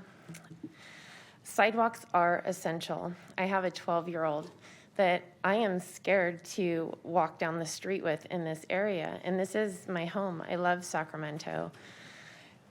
The drug use, just blatantly shooting heroin on the street. We have to walk in the street to go around it. It's just not acceptable. It's not the message that I want, that every time I walk by this and I don't do something, it's me accepting it. And I don't want to accept it. I want our city to be able to do something to help these people. A lot of people that live in these encampments do not want shelter. They do not want to live in a residence that provides rules. They want to camp. So I am strongly in favor of finding an area that these people can camp in. In the meantime, I strongly am in support of passing this resolution so that we can start cleaning up our sidewalks, that we have safe places to walk with our families, that kids can walk safely by themselves. On my way here today, I was accosted by one of the people in this camp who just came up to me in my car, banging on my window. And it's just not okay to live. Thank you for your comments. Your in an time is area like that. complete. Thank you. Next speaker is Tricia Stevens, and then James Creedler. Following Tricia is James Creedler. Good evening. Can you hear me okay?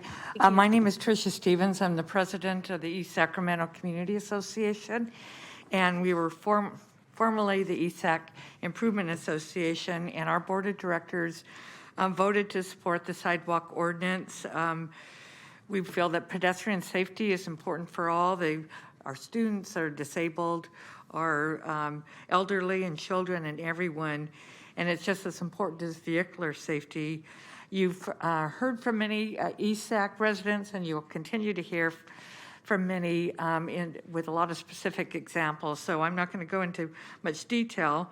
And we do support the city's efforts to find suitable housing, and we don't feel that this is a criminalization of the homeless any more than prohibiting the blockage of streets. We do support the misdemeanor provision, but I can't really speak to the resolution put forward because we haven't really vetted that, but I think I can say that we do support whatever the police, our esteemed police chief and city attorney and DCR director feel is the most effective way to clear the streets for public safety for all. So thank you very much.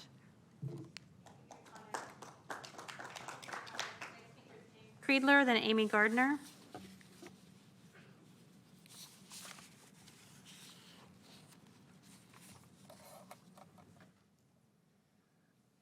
Good evening, City Council. Thanks for allowing me to speak. I am speaking today in opposition to the ordinance being spoken about right now. I think we all could agree that the status quo is not good. You know, people on both sides could agree that the status quo is not good. But you got to realize that this ordinance does not change the status quo, because the status quo right now is the government terrorizing, harassing, and criminalizing poor people and people that are homeless. That is the status quo for the last 100 years of this country's history, at least. The status quo is harassment, terrorizing, and criminalizing people that are poor or people that are homeless. So recognize, this ordinance does not change the status quo. Remember that. It conserves the status quo. Remember that. It conserves and entrenches the status quo. So if you support the measure tonight, you conserve the status quo, making you conservatives, okay? Remember that. People that conserve the status quo are conservatives. You don't get to call yourselves liberals or Democrats. Well, I mean, you have conservative Democrats in this country, of course, but don't call yourself liberal or progressive or whatever, like, you know, moniker you want to give yourself. If you support this, if you support Measure O, you're conservative in my eyes, okay? So that is what needs to be said. We got to do something different. We have to do something different. We will work together, but it's going to take a bigger issue. We don't have enough money to solve the issue. The federal government needs to step up. Now, that's a totally different issue that is not for the city council, but I know that you're hamstrung and there's not enough money to directly fix the issue entirely. Joe Biden is failing at his job, and we're just going to try to work together to do it. But I'm opposed to this, and Thank you for your hopefully comments. Your y'all time don't is complete. pass it. Thank you. Next speaker is Amy Gardner, and then Mackworthy. Amy Gardner, Mackworthy. And please feel free to move to the front of the room if you're the second speaker. Mr. Worthy, it's your time to present. Following Mackworthy is Tim Brown. You know, you already got some law on the sidewalk. That's the public sidewalk. You got a law that you can call the police department to blocking the sidewalk. That law can be enforced. But we don't know whether you're looking at how you got here. How did we get to this point? We got to this point because negligence of economics. Now, go and do a legwork of investigation. Now, you see one part of the city come, the other part of the city don't. Have those people to go and get the name and social security number of everybody out there homeless. Mayor, you got to listen. Mayor, you should be listening because you're dealing with a danger zone. You're pimping the police department. Police department has no right to that order than anybody else. That's the reason our police are getting killed. You're pimping them. Quit pimping the police department to do the dirty work. Now, those people out there, 90% of those people out there homeless got an $800 check, disability coming in. That's not lie, that's facts. All you gotta do is do the legwork. These neighborhood organizations, go to them and do the work and get the identification and check. Now, you utilize an order that will put them in jail. You can't draw a disability check in jail. You got to put that pressure. You got to do that pressure. You know, then you say, well, like the young kids say, are you conservative? You know, these are the things that hurt you. Go to the people and say, hey, we got to change the direction of what's going on. A lot of those people don't want to be in a house. You got McClellan's Air Force Base out there. You got Second Depot. Put those people out there and rehabilitate them and use their disability check for their housing. Thank you for your comments. Next speaker is Tim Brown and then John Krantz, and then we'll go to members on the Zoom.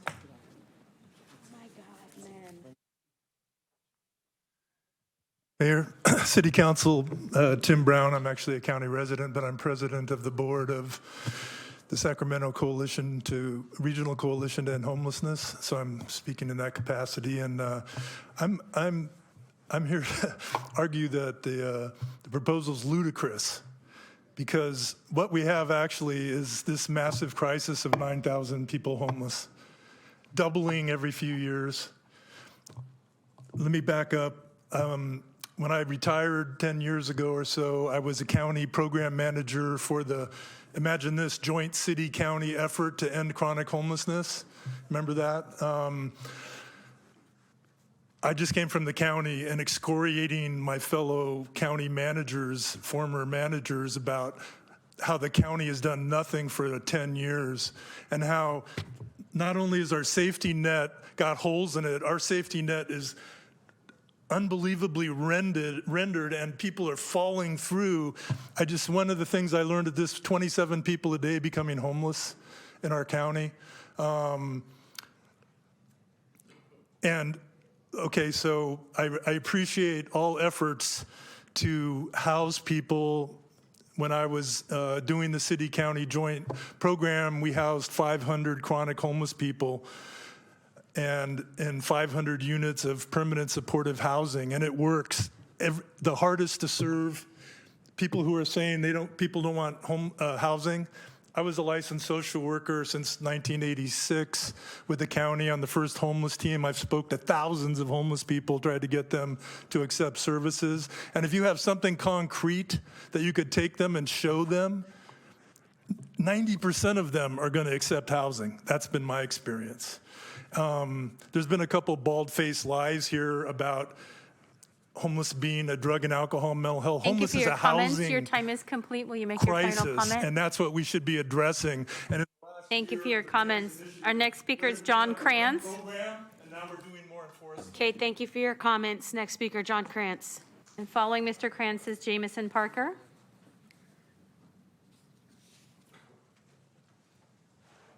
Welcome, Mr. Krantz. Hello.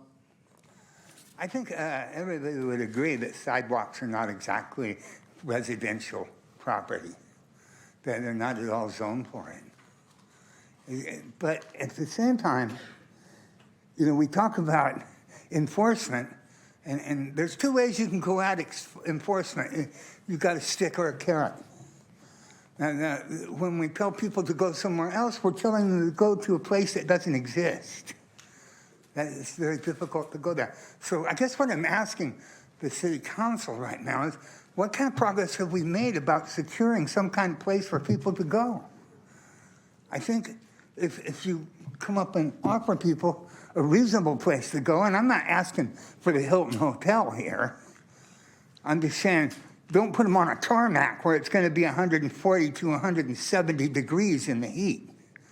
That kills people, and we actually had to shut down some SROs in this town in years past due to the fact that the heat got to them and killed people. So we tried this with safe ground on the tarmac, and that doesn't work. And the only reason I bring that up is I'm saying that there are certain reasonable things that people should expect, and staying alive would be one of them. I think that if we don't designate some place for people to go, though, we've designated every place for people to go. Because what this thing is like a pressure cooker that's just been cooking for decades on the back burner, and all of a sudden the pressure's gone up enough that the pressure cooker exploded. Now the pieces are all over the streets and everywhere else. I'm hoping that I would like to find out, have we made any progress in having a place for people to go? Thank you for your comments. Our next speaker is Jamison Parker, and then Mike Testa. Good evening, Mayor and Council members. Jamison Parker calling in on behalf of the Midtown Association to voice our support for the ordinance that's before you this evening. Collectively, Midtown represents 120 blocks and 1,300 properties within our urban core. Public safety and accessibility is one of the most frequent issues that our organization hears about from our small businesses throughout our community. Ultimately, this ordinance comes down to putting tools in place to help effectively manage our public sidewalks. It's paramount that residents, employees, and visitors all have the ability to safely navigate our streets, and businesses can operate without the challenges of accessing their front doors. We understand and want to stress that this ordinance isn't meant to be a panacea to managing the public environment. There's a much larger effort that needs to be looked at, from outreach to service delivery to better infrastructure like bike lanes and lighting, and most importantly, providing housing for those experiencing homelessness. While we work towards those long-term solutions, it's vital to have the tools to allow businesses to operate and people to get around our city. Our team in the field have found in most instances obstructions can be addressed with simple and compassionate outreach. This ordinance would only come into play as a final thing when there's an unwillingness to be, which present a challenge from a safety and economic and equity perspective. Midtown Association is committed to supporting the larger effort needed to create a safe and welcoming environment for all those that use it, and we ask that the City Council approve the item that's before you this evening. Thank you for your time. Thank you for your comments. Next speaker is Mike Testa, then Kayo Mansour. Good evening, Mayor Steinberg, members of the council, Mr. City Manager, and city staff. My name is Mike Testa, and I'm calling on behalf of Visit Sacramento and our hospitality community. I'm calling in support of the ordinance. We appreciate the council bringing forward tools to enhance the management of the public realm. While we work towards long-term solutions of our larger challenges, it is vital to have the tools that allow businesses to operate and for people to navigate our city. Ultimately, this ordinance gives Sacramento the ability to help effectively manage our public sidewalks. We continue to hear from hotels, restaurants, and other hospitality professionals of their concerns for employee safety and for customer accessibility. Specifically, we've heard from a number of frontline hotel and restaurant workers who are afraid for their own safety because their pedestrian route to their car or to public transportation is often not easily or safely accessible via public sidewalks. This is unsustainable for the people who work these jobs, for the businesses they represent, for our residents, both housed and unhoused, and for those who visit our city and may choose not to return based on what they experience while here. With that in mind, we urge you to support this ordinance. Thank you. Thank you for your comments. Next speaker is Kayo Mansour, and then Susan Rogosenberg. Hi, my name is Kayyum Mansour, and good evening to the members of the City Council and Honorable Mayor Steinberg. I'm calling in support of this ordinance. Um, my wife and I purchased a property there not too long ago, and we're just like a working class family, and it's been inundated with homelessness, and it's been on the news several times during the week, and we've also had an inquiry from a national news outlet. I'm not sure how they got a hold of us, but wanted to do a story on this. But basically, we have employees of our facility that cannot go inside. The sidewalk is completely blocked on 14th and X. We have issues with needles, drugs, prostitution, kind of like the worst of the worst, and it's really sad. And I want to echo Mayor Steinberg's previous comments. I wish this was not necessary also. But if you want to increase investment into the city, this issue needs to be handled in a way that's humane and that's effective.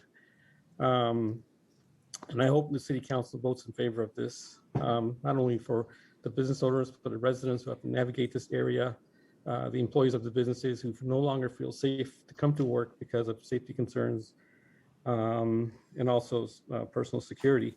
And that's it. Thank you very much. Thank you for your comments. Next speaker is Susan Rosenberg, then Greta Layson. My name is Susan Rosenberg, and I'm a resident of District 7. I'm commenting in opposition to the proposed ordinance as written, both as a resident and as a member of the Local Advocacy and Education Committee of the Sacramento section of the National Council of Jewish Women. We concur with and support the letters submitted by the Homelessness and Housing Local Organizing Committee of Sacramento Area Congregations Together. This letter raises significant concerns with the, quote, punitive and targeted, unquote, elements of this proposed ordinance, while acknowledging the ongoing efforts of city leaders to deal with the regional problems of our unhoused population. Their letter asks for specific actions for the council to follow in consideration of the ordinance. Please consider the important points made in the Sacramento Act letter as you address the issue. Thank you.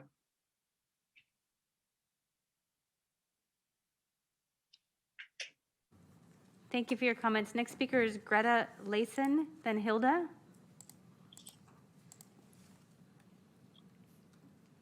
Good evening, Mayor Steinberg and council members. I'm Greta Layson, President of the River District Board. I'm in strong support of Councilmember Harris's common sense proposal. People need safe passage in and out of their businesses and homes, and everyone, including the homeless, need clear access on the sidewalks for their strollers, wheelchairs, and for pedestrians. This ordinance is necessary to retain businesses and residents in our city and make it more livable. I urge you to pass it tonight as written by Councilmember Harris. Mr. City Manager Chan, thank you for clarifying how you plan to enforce this through DCR, social workers, code enforcement, and the police department. But I'm concerned tonight that if the details are not carefully worked out, you'll have real problems with compliance. Thank you so much. Good evening. Thank you for your comments. Next speaker is Hilda, then Keon Bliss. And I have 10 more speakers. Hilda, if you'll unmute.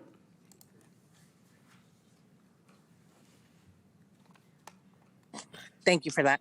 Hi, good afternoon, Mayor Steinberg and council members. I am a member of the County of Sacramento, and I am also a volunteer for the Street Dog Coalition, and we work with the unhoused folks that also have pets. And for those of the folks that think that unhoused folks don't want housing, the problem is for some of them is that they're not allowed to bring their pets. The only pet that they have that loves them, the only living person that or animal that acknowledges their existence. Right now, with this ordinance, you are trying to make them disappear, trying to make them seem like they are not there. We have already, they've been out of sight and they've been out of mind. And right now that they are visible and they are in our sight, people want to pretend that this problem does not exist. We need better housing. For folks that say that that the owners of these residencies don't have folks that want to live there, the problem is they can't afford it. So when we talk about unhoused folks, let's take a moment and think about that it's not just drug use, it's not just mental health, and they're not criminals. We work with many unhoused folks, and they are civilized folks. They are people that care not just about themselves, they care about animals. They also care about their communities, and our community does not care about them. It's time that we stand up for them and oppose this. I urge everyone to oppose this, especially Councilmember Harris. Please take a look that wasting taxpayers' money with officers dealing with this problem or not being able to really Thank have you a for your solution comments. Your is time not is a complete. solution. Will you make your final comment, please? Let's find a better solution to help. Thank you for your comments. Next speaker is Keon Bliss, and then Alex Torres. Greetings, City Council. My name is Keon Bliss, and I'm calling as a resident of District 4 to urge the City Council to vote no on this ordinance.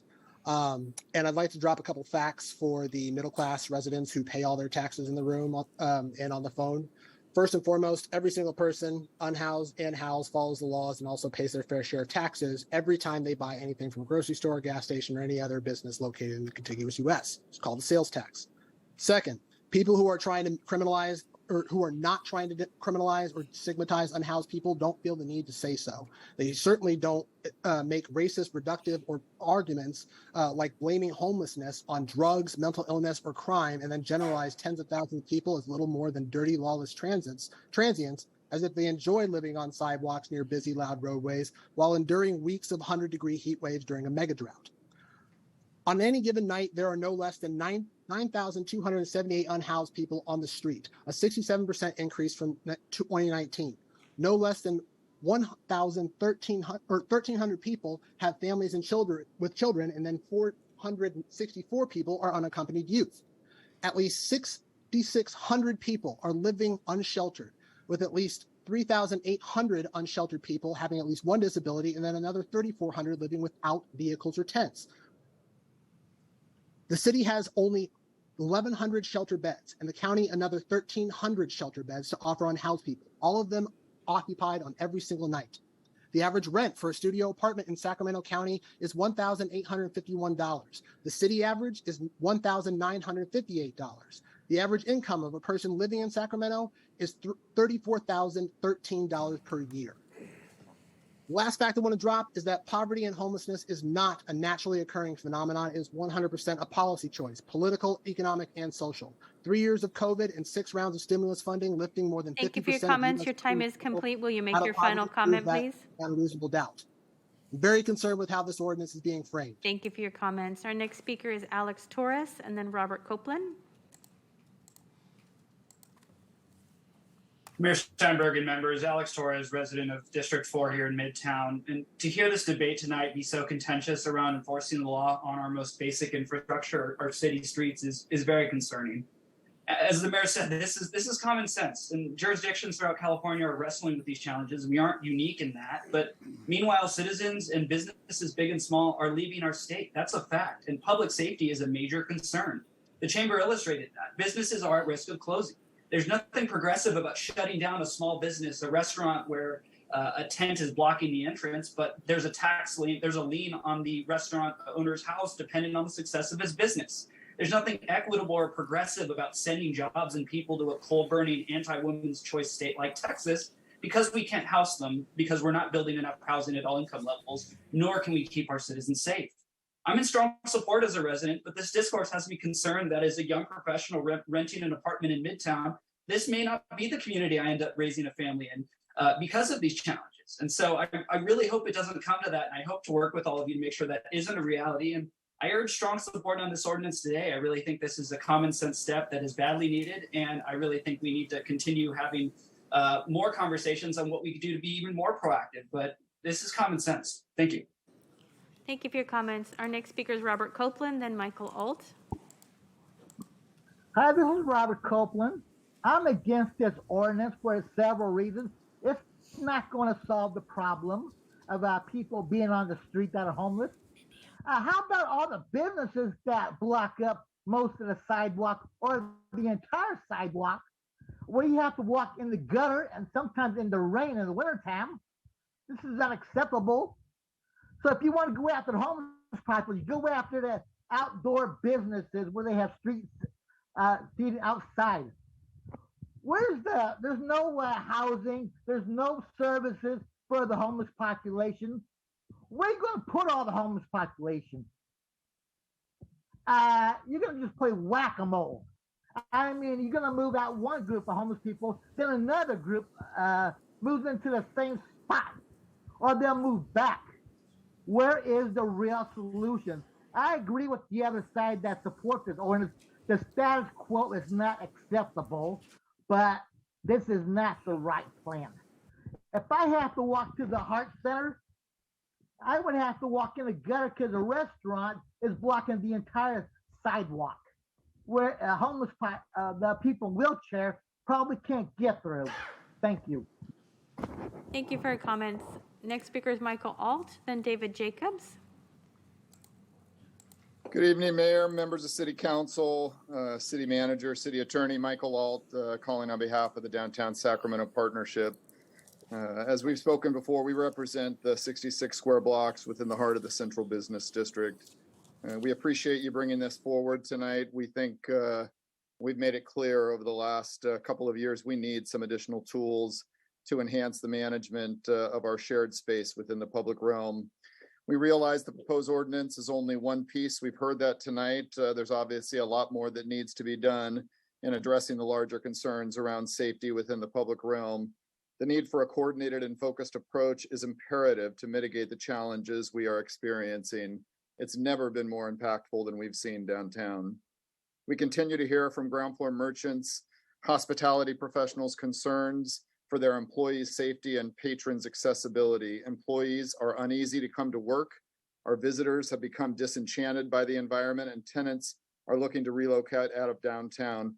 Just today, we learned that a publicly traded company, a tech company, looking to bring over 100 employees downtown, chose not to move downtown, with one of the reasons being public safety. What's taking place on the streets is unacceptable. It's unsustainable for businesses, employees, residents, housed and unhoused, and we cannot continue to accept this as a city. And we ask that you help us address this urgent issue through providing resources such as services, outreach, lighting, housing. While we work to bring these resources forward, we ask that you support this ordinance as written by staff in order to provide the tools to ensure a well-managed environment. We need to get public safety, and we need to get the streets back to the community. The Downtown Partnership continues to stand ready to work in concert with you to ensure the accessibility of the safety for all is at the forefront in realizing our potential. Thank you for your opportunity to comment tonight. Thank you for your comments. Next speaker is David Jacobs. Following Mr. Jacobs is Chris Tolbert, and I have 5 more speakers on this item. This is Dave Jacobs. Do you hear me? We can. Okay, thank you. Yeah, I just want to echo some of what I've been hearing. I really appreciate the citizens giving their perspective. The urgency is the word that seems to be the most important for me to try to comment to. I am seeing this problem as not a management problem, but like a disaster. We have an emergency situation that could explode because of the erratic nature of that population, drug use, mental illness. I appreciate that the city and the county can get some of the people off the street by bringing them back into employment and housing, but there will be also a growing of people who are going to be resistant to being managed.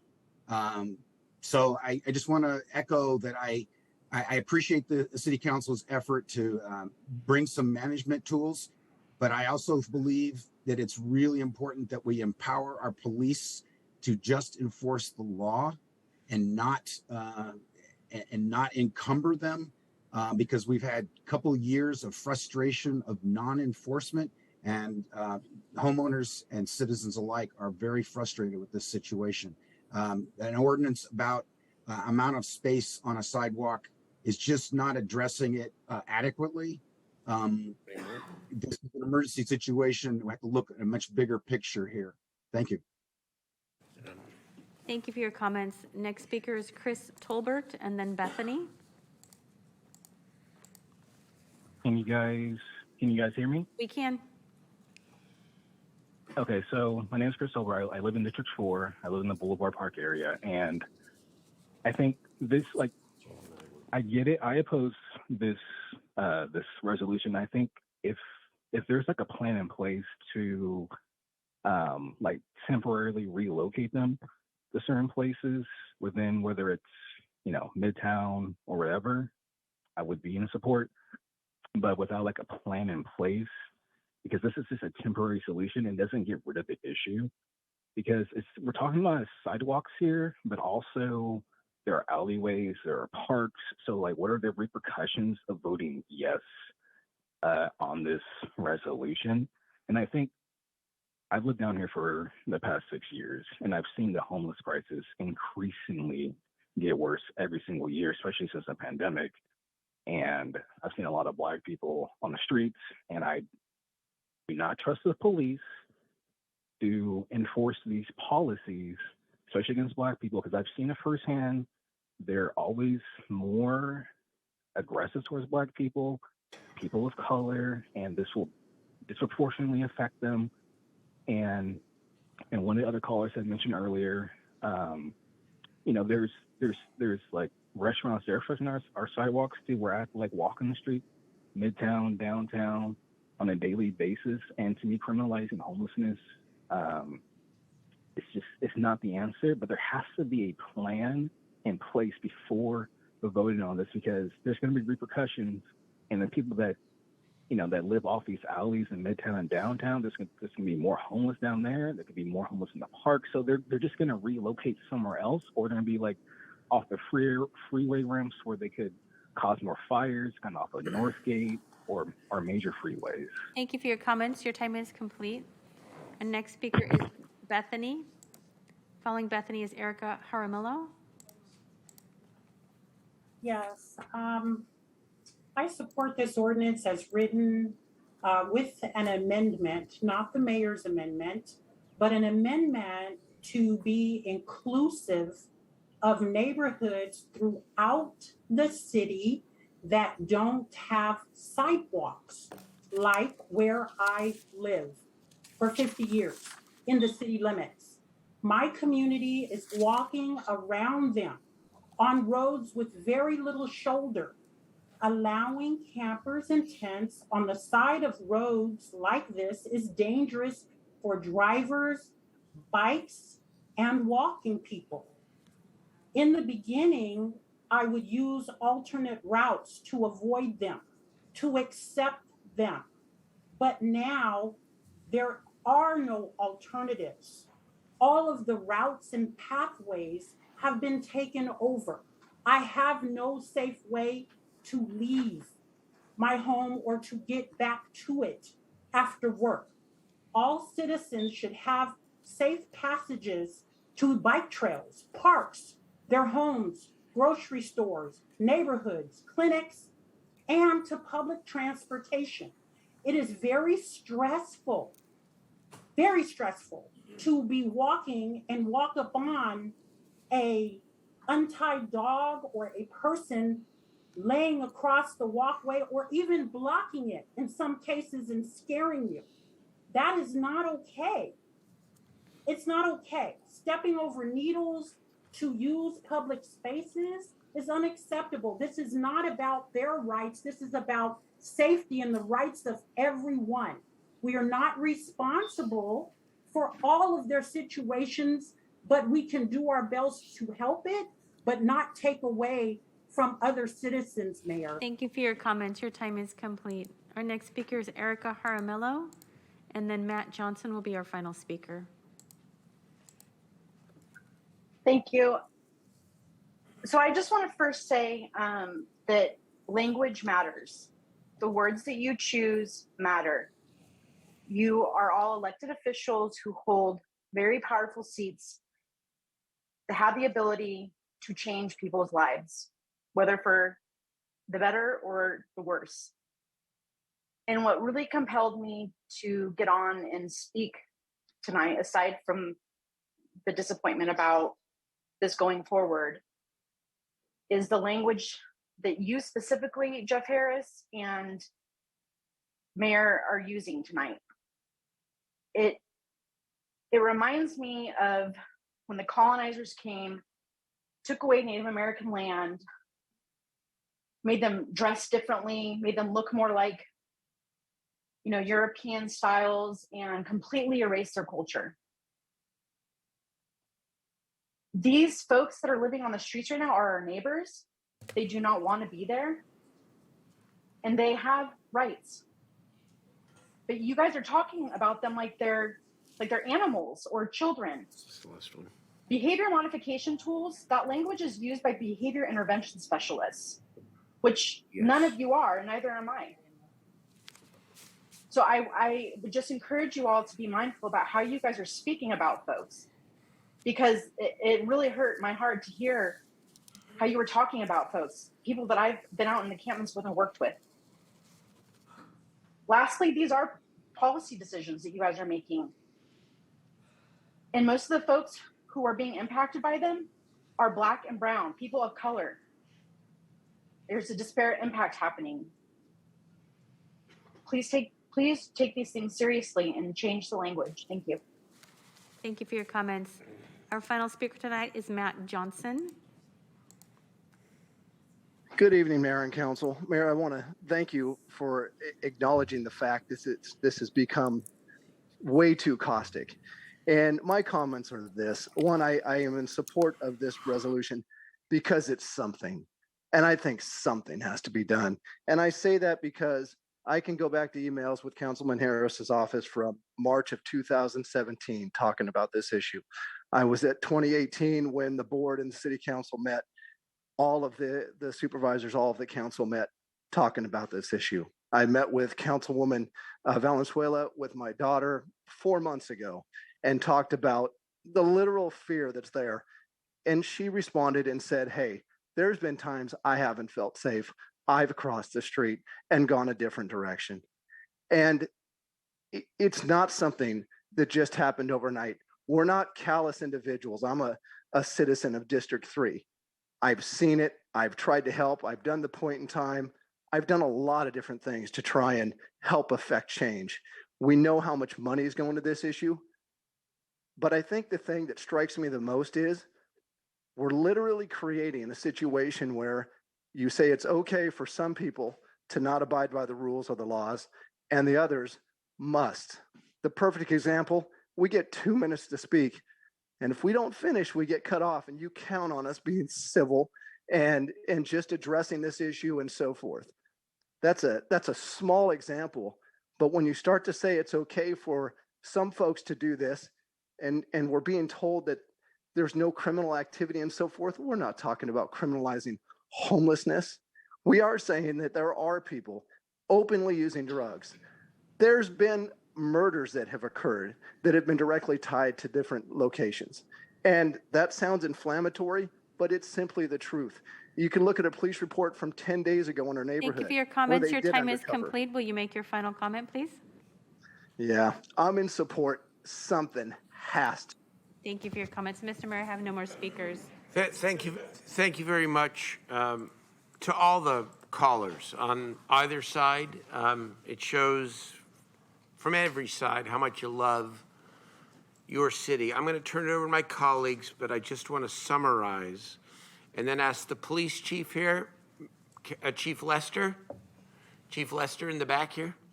If you might come up. By the time you get here, I'll be able to ask my question to you. Let me state, before I turn it over to Councilmember Harris and then Valenzuela, I support this ordinance as is. I believe it is necessary, and I believe it is common sense.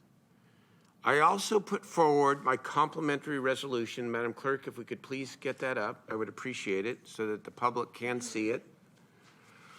Because I want to make it clear that while the misdemeanor provision is necessary to allow the city, starting with the Department of Community Response, to help clear the sidewalks, that's the purpose of it, but not to fine or jail people without taking away the city attorney's or the police department's ultimate discretion for those extraordinary circumstances, danger and others, where some other action might be necessary. That is the intent anyways.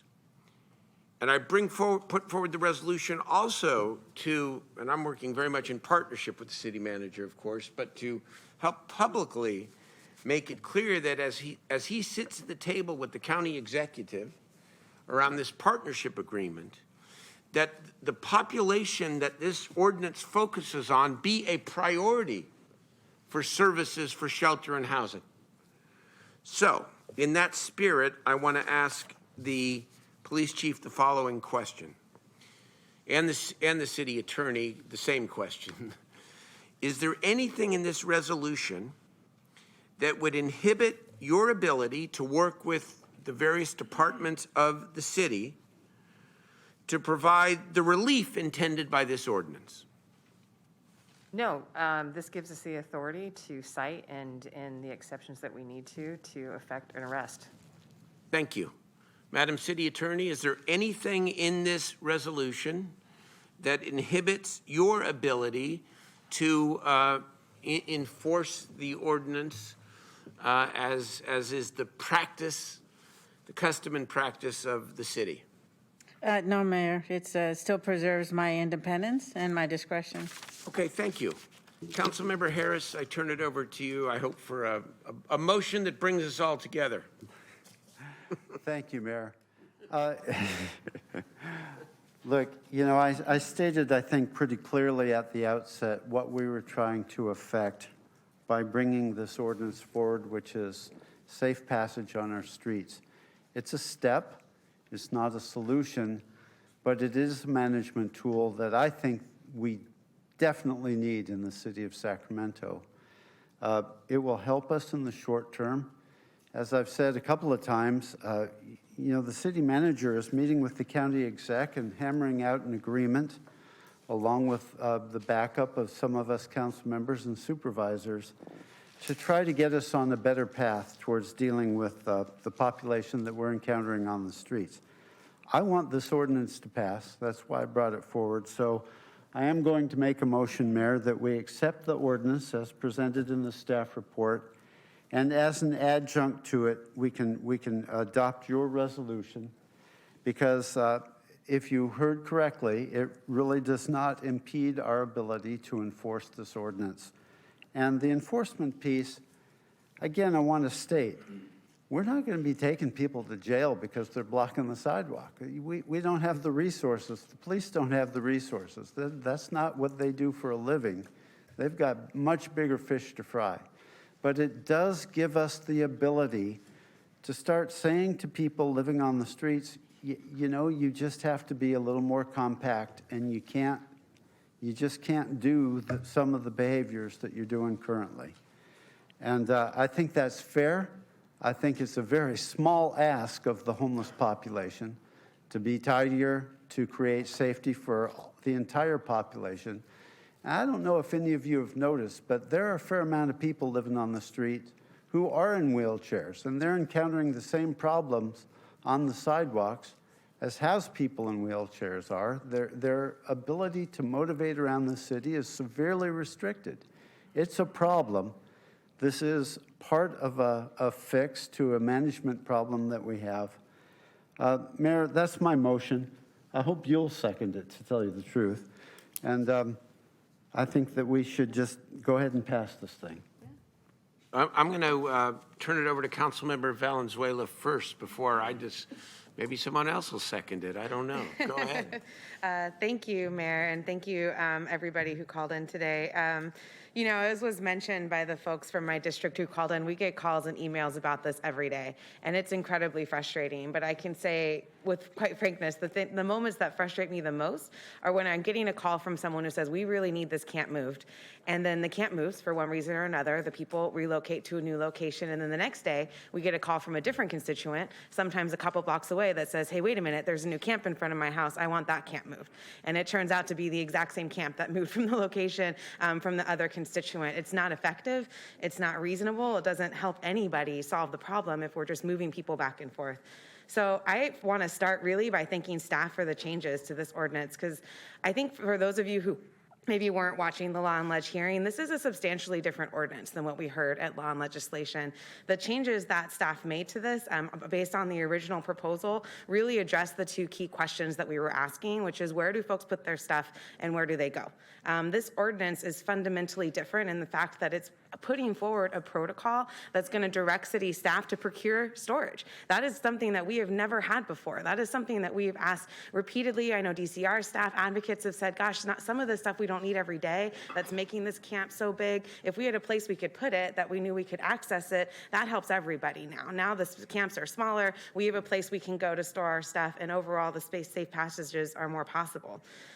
And I have to say that I know that folks are really concerned about enforcement, so I want to talk a little bit about our experience, because our office has relocated hundreds of campers to safe spaces and alternatives.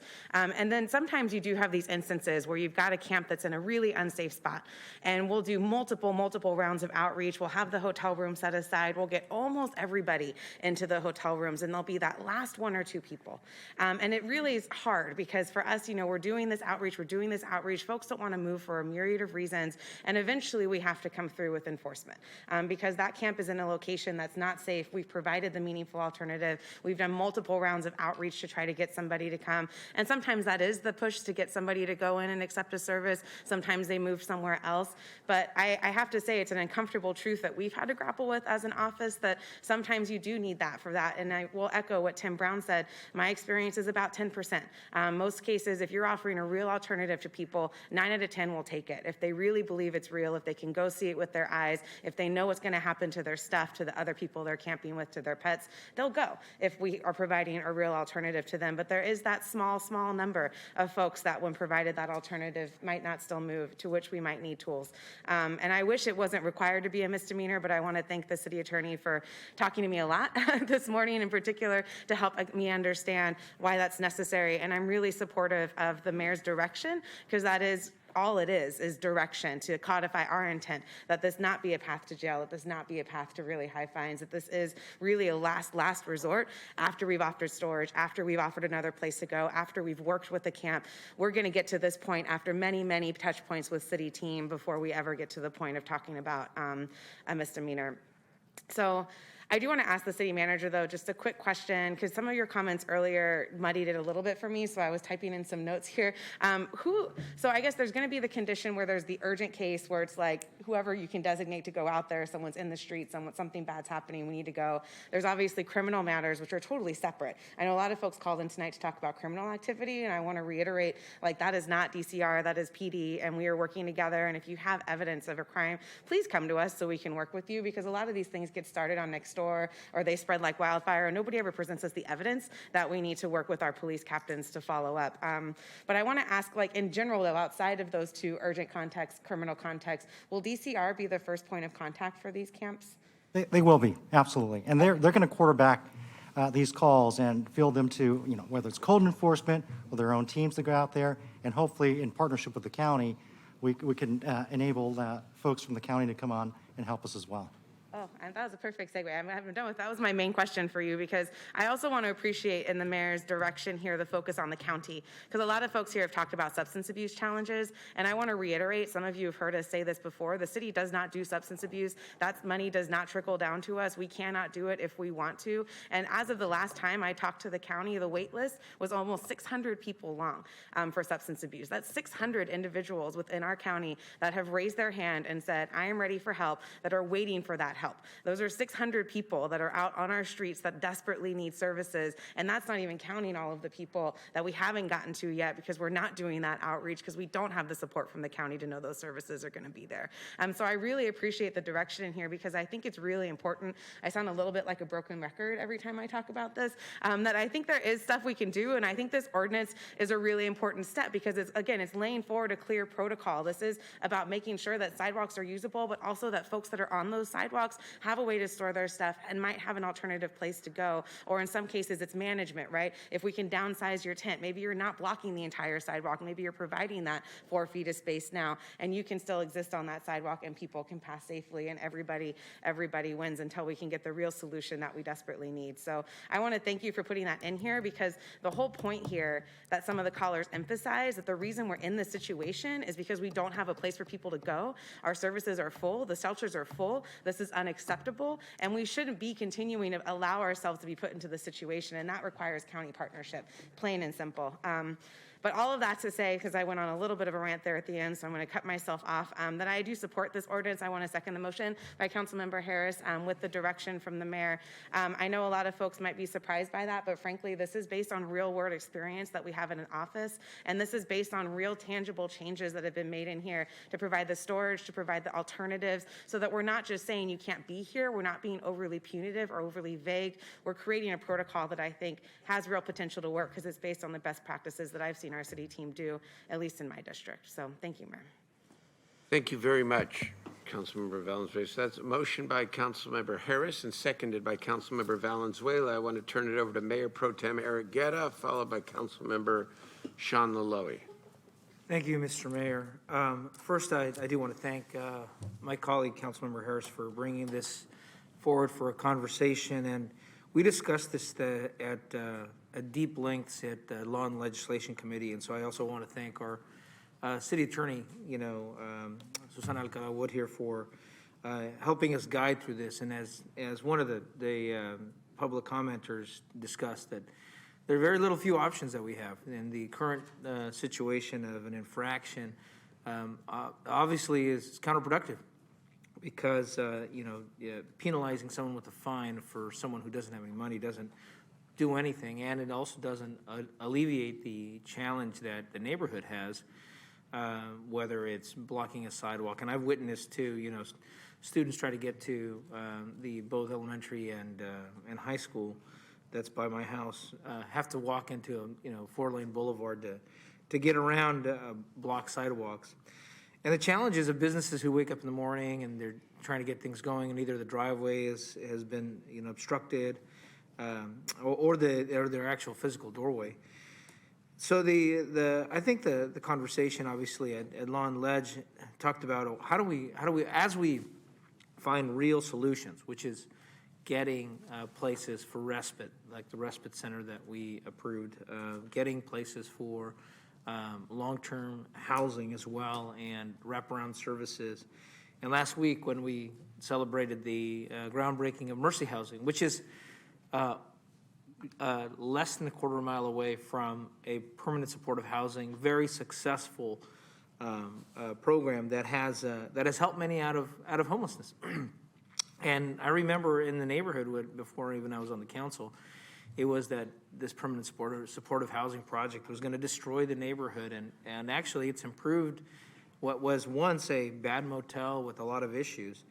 So as we're doing that and making sure we're providing the actual solutions out of people's current situations, whether it be loss of housing, unemployment challenges, and yes, in some cases substance abuse and others, we also have to maintain the health and safety of our neighborhoods.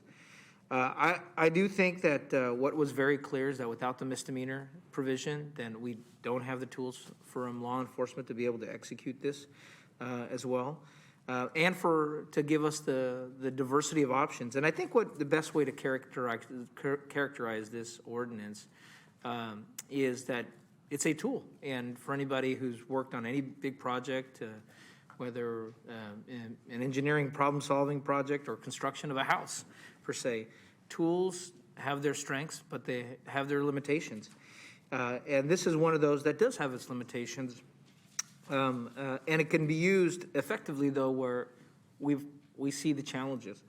So I will be supporting the motion. I was ready to support it before it came. I think our conversations now have also, I want to thank Chief Lester as well, for, and the city manager and city attorney for working on this to find out what's the most effective way. And I think it gives me good confidence that both multiple points of view have said, hey, look, this is the best way to actually work within the confines of the state law that actually restrict us quite a fair bit.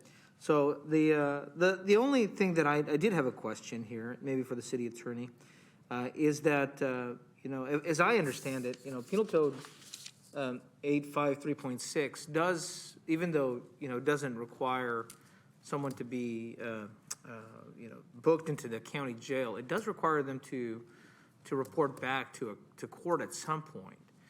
And this is at that point where the person has gone, with where the police officer or someone has had to actually issue the misdemeanor. Is that correct? Well, so if the citation is issued under the municipal code, then it comes to us. So it wouldn't be issued under the penal code. Okay. So it'd be a city code, it would be a notice to appear, and then an attorney from our office would go or make a decision on how to prosecute the case. So they would likely issue it under the city code section. Okay. So, but it'd still be a notice to appear. And yes. And I guess the question that I have is, this also, correct me if I'm wrong, also gives an opportunity for whatever judicial officer or to say, or have a court order mandate or some type of probation agreement or any of those issues. That's correct. I think, first of all, I think the generalization that everyone who's out there has some level of substance abuse, I think is false. But there are folks who may fall into that. But would that scenario happen in this situation as well? That scenario happens actually quite a bit in some of our cases because we don't recommend jail time, we don't recommend fines, but we often work with the public defender's office who is assigned to these cases to try to see if we can get the individuals a condition of their probation to go into substance abuse counseling, something that, really it's an effort to see if they're able to get some assistance. So the diversion programs. Exactly. We do that quite a bit. Well, and I think that's the other point that probably wasn't discussed here is that there are multiple ways to use this tool in a positive way. And I think what we don't want to do is just be punitive. We need to make sure that we're creating a health and safety environment for the area, but also making sure we're finding pathways for folks and using different tools for it. So with that, thank you for answering that question. I also want to echo the positive conversations we've had with the county in the last week with some of my colleagues here, and they've been earnest. They've been frank, and I think that I could see both on the health and safety side, on the services side, that our city manager is working diligently to making sure that we have the resources we need to do the coordinated access. I think that is the long-term solution because, as my colleague mentioned, Councilmember Valenzuela, we're just playing whack-a-mole if we only focus on the enforcement side. So, with that, thank you, Mr. Mayor, and thank you, City Attorney, for answering those questions. Thank you again, Mayor Pro Tem Guerra. Let's hear from Councilmember Lowy, then Councilmember Jennings. Thank you very much, Mr. Mayor. Yes, I think this is a great ordinance with a resolution. I do have some questions in the scope of transparency. Right now, I was just notified that the county supervisors have voted unanimously to prohibit camping on the entire American Park. I don't know what we're clapping for. Excuse me, I don't know why you're clapping, because guess where a lot of those people are going to end up? That's if we don't have a robust partnership agreement with the county where they are actually providing the intensive outreach and services that we're going to need to help all these people. So please be careful what you wish for. This is the problem. Frustration is not a substitute for thought leadership. Please sit down. Go ahead, Councilmember Laloe. Excuse me. Please sit down. That's it. Go ahead. So if I may, thank you very much, Mr. Mayor. The reason I brought this topic up is that as that cleaning up is taking place, these vulnerable group have to go somewhere. And my concern is that a good amount, without their having any choice, will be heading to District 2. And that's very concerning. I think one of the commentators made a great statement. And he said, harassing, terrorizing, criminalizing people who are poor is wrong. And I have to agree with him, 110%. I'm not a progressive, but I hope I'm not coming out as a conservative on this either, because he kind of made that, alluded to that. But here's my question. If you have the residents of a particular community or a particular district that are today being harassed, terrorized because of their economical status, and it's been going on for past 10, 12 years, as elected officials, what is our answer to them? Or what's our solution to them? Because I agree, I'm all in with this resolution. I think we're headed the right direction. But when I read this about the county and their decision, which I thought it was, considering we are in talks and it seems like it's a very healthy conversation we're having, I thought this vote tonight was a little bit premature. They should have waited for us to kind of reach an agreement.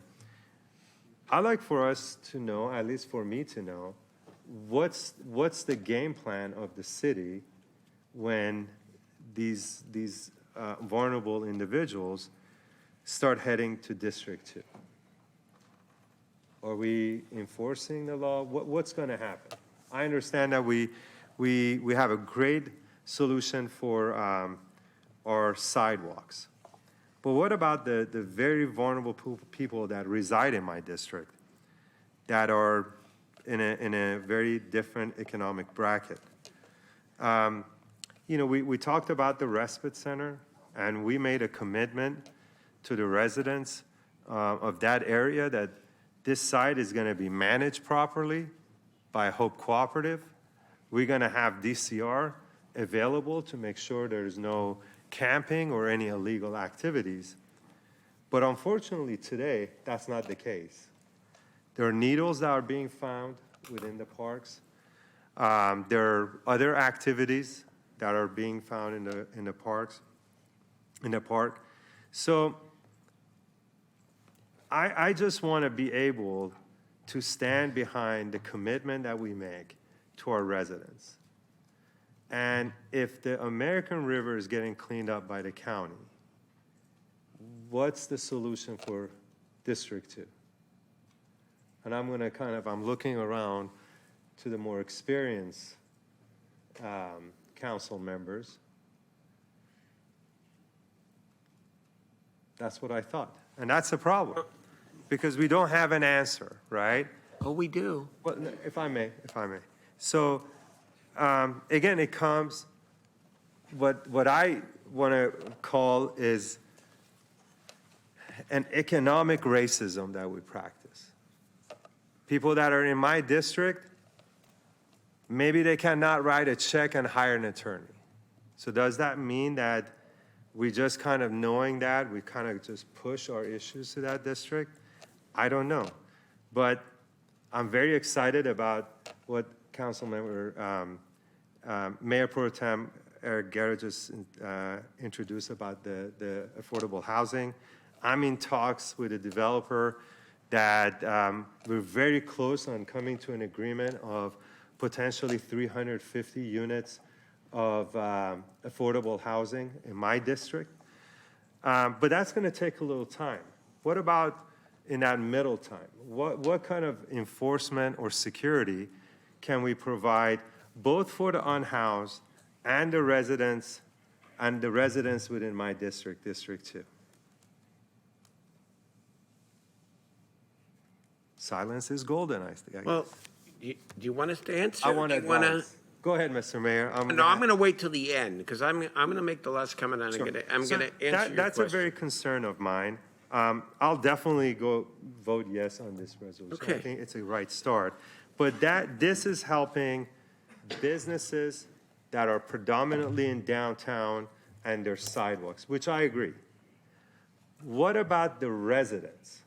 The people that have worked 30 years to finally pay off their house, that barely got qualified when they applied due to the color of their skin or their background. Now that they want to relax in an environment, they're surrounded by RVs and encampments, and they don't have a say-so. They don't have a voice. And the only voice that they have, that anybody comes up and talks, then whoever that person is, they're referred to as NIMBYs, don't have connection with the district, don't know what you're talking about. To all my friends on the far left, anyone that owns a house, I guarantee you, they're NIMBYs, regardless of where you are. That's plain and simple. Because whoever owns a house, again, it's a 30 years that you work extremely hard. And when you make that last payment and you're free and clear, that's when you really want to sit down and enjoy your house. And in some of the districts in our city, that's becoming very difficult to do. So on that note, Mr. Mayor, I definitely support this, but I would love to hear if there's anything that you would suggest for the residents. I do, but Thank you very much. I will leave it for my last short statement here. Let's go. Councilmember Jennings, Councilmember Vang, Vice Mayor Ashby. Thank you, Mayor. I too want to thank law enforcement. I'm sorry, not law enforcement, Law and Ledge. I want to thank the city attorney. I want to thank Councilmember Harris and you as well, Mayor, for your work on this in creating this ordinance. One of the callers made it very clear that something has to be done. And I'm convinced that this ordinance is a step in that direction. I'm satisfied after listening to the discussion that law enforcement, we're not tying the hands of law enforcement or our city attorney or DCR for that matter, and that as we continue to work on our partnership with the county, that this is a step in the right direction. This is that something that has to be done. So my only point that I want to make in adding to this is that at some point in time, we decide on a timeline to come back to look at the results of what we've done in a period of time to make sure that we're getting the results that we want so that we can either keep moving forward or make an amendment in order to change to get the kind of results that we want. But I'm looking forward to supporting this. I think it's a step in the right direction. And I think this is going to create a safer environment for those kids that are walking for school, for those who want to get to businesses, for the bikers, for the walkers, for the unhoused, for the cars that are driving, worried about hitting someone that is parked on the sidewalk. I think it creates a safer environment for all. So I'm looking forward to supporting this. Thank you, Councilmember Jennings. Councilmember Vang, Vice Mayor Ashby. I don't know if Councilmember Chenier has a comment, but we'll close this out. Thanks, Mayor. I just have some comments, and actually, Councilmember Jennings, I had very similar direction to you as well. First, really just wanted to take this opportunity to thank everyone who made a public comment on both sides. I do just want to share that I recognize that what we have in front of us is really just a tool to ensure that our streets are safe and walkable for all. And I just want to name that I understand that this tool very bluntly does not address the root causes of homelessness, right? I know that we need to do everything we can to address the crisis on our street in a humane and effective way. I believe we need to make sure that we have a compassionate response to the type of living conditions that should not be acceptable for anyone. And I also believe that all of our public spaces should be safe for everyone. And when I say everyone, that also means our unhoused community everyone in this city. I also just do wanted to acknowledge, these conversations are very tough. And someone had called in earlier about, language and that it matters. And I do just want to share that, every time we engage in these types of conversation, for me as a young organizer and as a young elected, I think what is really troubling for me is that oftentimes these conversation ends up about pitting unhoused residents, whom, let me remind you, are also our veterans and our seniors. And this conversation has turned into pitting our unhoused residents, again, who are veterans and seniors, versus children. It turns into a conversation about who is deserving of protection and of services. And so, I just want to remind the public that, as we have a conversation about our unhoused community and everyone in our community who is deserving of protection, of dignity, and of a safe space to live and rest, that we have to ensure that we're doing everything really from a place of love and care as a city. I am in strong support of making sure we stabilize what's happening on our street, which is one reason why I will be supporting this ordinance. But I do hope, City Manager, as you're engaging in negotiation with the county, that we have a strong agreement, because as we've said over and over again, that if we don't have the partnership of the county, we simply won't be able to address this crisis. Again, like I shared, I believe in ensuring that we are stabilizing what's happening on the street, but I don't think it is really going to address the root causes. And I know it's going to take a multi-tier approach to really address what's going on. My direction for this, Mayor, I do appreciate your compliment resolution. As I've always said, you're always so skillful of trying to find common ground among all your colleagues. So I appreciate the compliment resolution to Councilmember Harris's ordinance.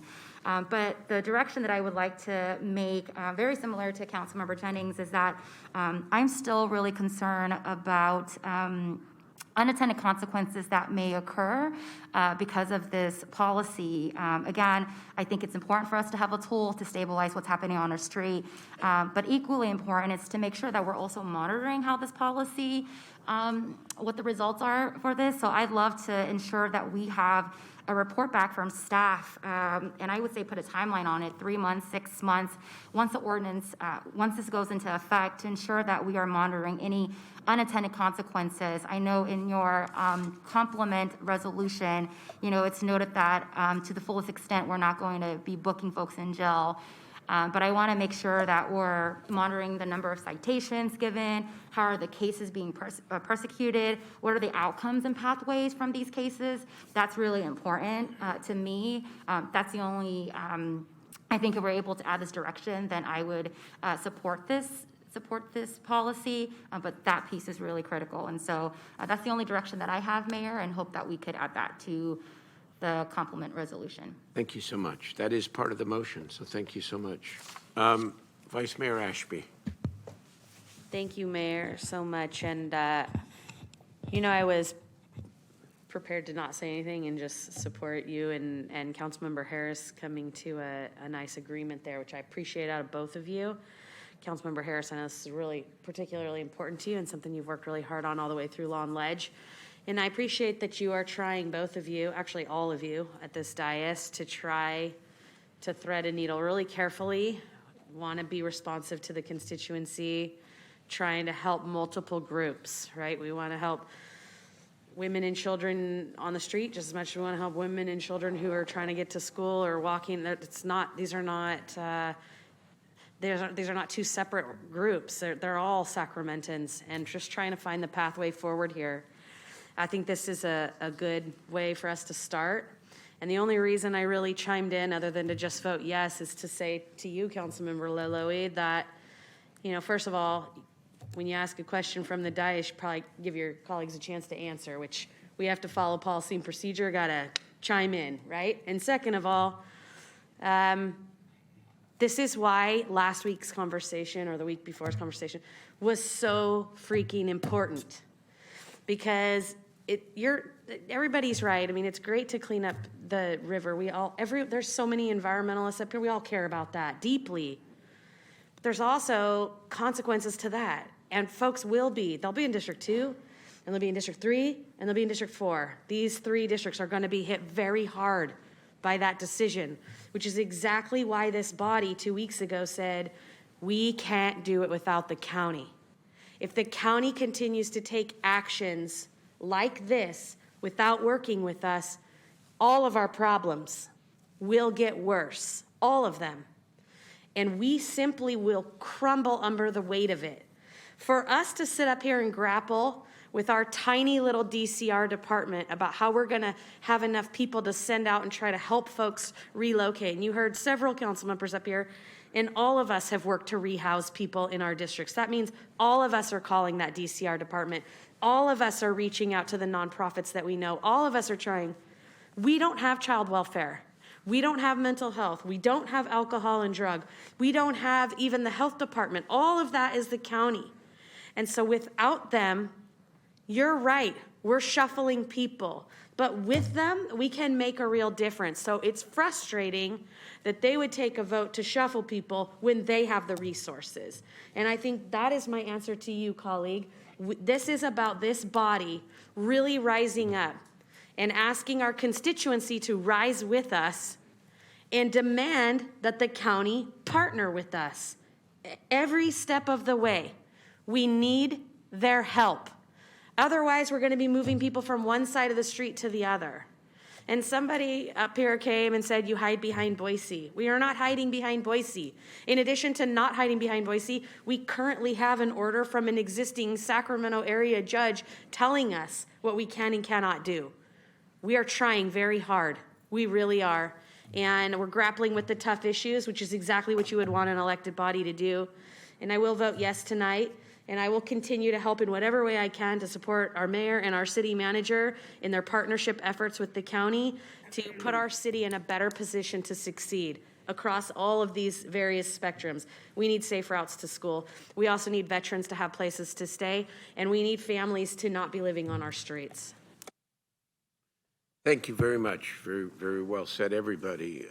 Councilmember Schneer. Thank you, Mayor. Very, very quickly, I think this is an important tool. It's not going to fix the problem, but it's going to help. Speaking as someone who has a number of sidewalks which have disappeared under encampments, it's a dangerous situation, waiting for bad things to happen in many of those places. So I hope that we can use this in a humane way. I appreciate the direction that has been added to this and also the timing to come back and make sure that we're on the right track. So a lot of work from a lot of people. I do think we also have to look in the mirror just a little bit and make sure that we're coordinated between the police, between DCR and others. I don't think we're quite there yet, but it's happening. I think we have good people all around who are working on this, so we need to get our house in order as well and then continue to work with the county towards solutions. So that's how I prefer to go. And this is a citywide problem. This is not any specific district. We all lose when any district loses and just need to be smart about how we do that as well. Thank you. So thank you all. Last comment, and I'll keep it brief. Tonight, to the members of the public, you are going to see a unanimous vote based upon all of the comments made here tonight on the most contentious of issues. And I think that is very, very noteworthy and important because this does state, again, unequivocally, that the public, all the public has the right to access safely the sidewalks of the city of Sacramento. And yet, we all know in our heads and in our hearts and by experience that this in and of itself is not going to solve the problem of the unsheltered or those living with serious mental illness and those dealing with substance use, however you want to define them. And so really, Councilmember Laloe's question is really the question of the night. And I think Vice Mayor Ashby and others did a very good job in trying to answer it. I just want to add just a little bit to it. And I want to first say how encouraged I am by the dialogue with the county at this point. The relationships are good. the city manager and the county executive, the members and various members of the Board of Supervisors, my relationships are not bad. They're better than maybe some say, because I talk to them, okay? But I've said this 10 times, and I may need to say it 20. It's not just about relationships here, because here is the danger. The danger is that we come to an agreement with the county too soon and without enough in it to be able to answer Councilmember Laloe's question effectively. And what do I mean by that? Even if it takes a little longer, we have to answer what Councilmember Valenzuela has said, and I've heard the police chief say it as well, that one of our biggest problems are people with severe drug addictions in our downtown who are unsheltered. And yes, there is a 500 or so bed waiting list for drug Medi-Cal in the county. It seems to me that that issue needs to be addressed as part of this partnership agreement. It seems to me that assuring the residents of East Sacramento or North Sacramento, or name the other 10 or 15 hot spots in our city, and I know there are probably more than that we need to assure people that in some reasonable time frame that the city and county are going to pay geographic attention to the people suffering on our streets and the neighborhoods and the business corridors that are suffering as well. Geographic specificity. Councilmember Chenier calls it, in his own way, a strategic plan. That it is not going to be enough to simply say, well, here are our generalized roles and responsibilities, and here's the amount of money that we're going to throw into the pot in the first stages. That's a B-, C+. If we're really going to not cure it, but provide the relief, then we need to answer that question for Councilmember Laloe for his district, not cure it. And we're going to have to answer the question for every other council member in their districts as well, in a specific way, with the specific elements, funded elements that are going to be necessary to make this difference. And that's a lot of pressure on the city manager, but not really, because we have his back here. And all we want, and I know that's all the county wants too. I know it, because I've talked to Ann Edwards, and I've talked to, that's what the county wants too. Everybody wants to make this better. So let's not be satisfied with a B-, C+ agreement and then have a press conference where we all are shaking hands and giving the high fives and the hugs, unless and until it is substantive enough that we can point to the various hot spots around our city and say, we've now got a strategic plan to be able to intervene, to help the people, and to make a difference for your quality of life. That's the test. So whether I'm part of any 4x3, by 2, or whatever it is, that's how I'm going to judge the substance, because that's all that matters. Not the politics, not the, quote, relationships, the substance. And we have an opportunity, and I'll end it on a good note, because it's a great opportunity now. Everyone's paying attention. Everyone's feeling the heat. The city and county are poised to do something great.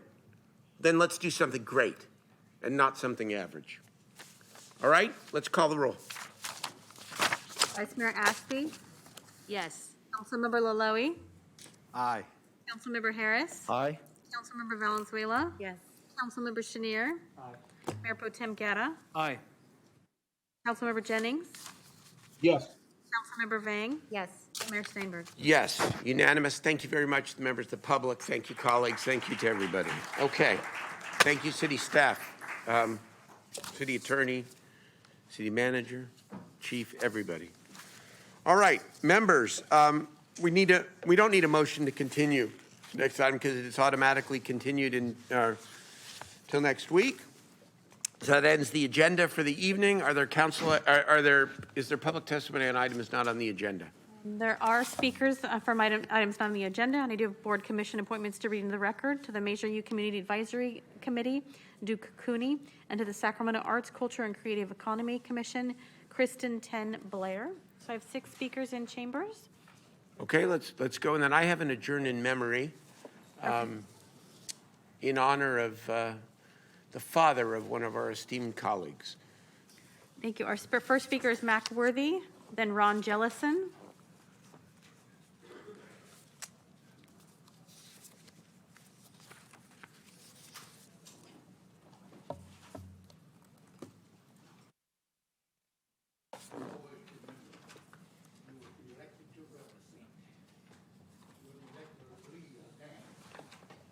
We're seeing a one-sided situation here. Everybody from Midtown. What about the other 7 districts?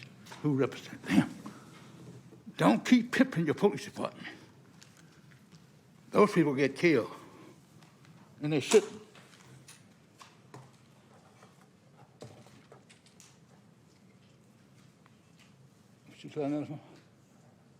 Be sure you take those phone numbers down. That's my connection to the FBI agent. That's when I met with the early terrorist alarm alert. The Miller guy wanted to talk to me about security. I was a keeper for 40 or 50 years, janitorial business. Now, when you talk about the county, that's where your problem. Who is Antoine? Got an office sitting right there, all the way to LA. I serve them right here because that's connected to a friend of mine. You want to get the county involved? You go at Elk Grove, which is going to be a bomb in a few years. Ain't nothing out there but fast foods. Black mold.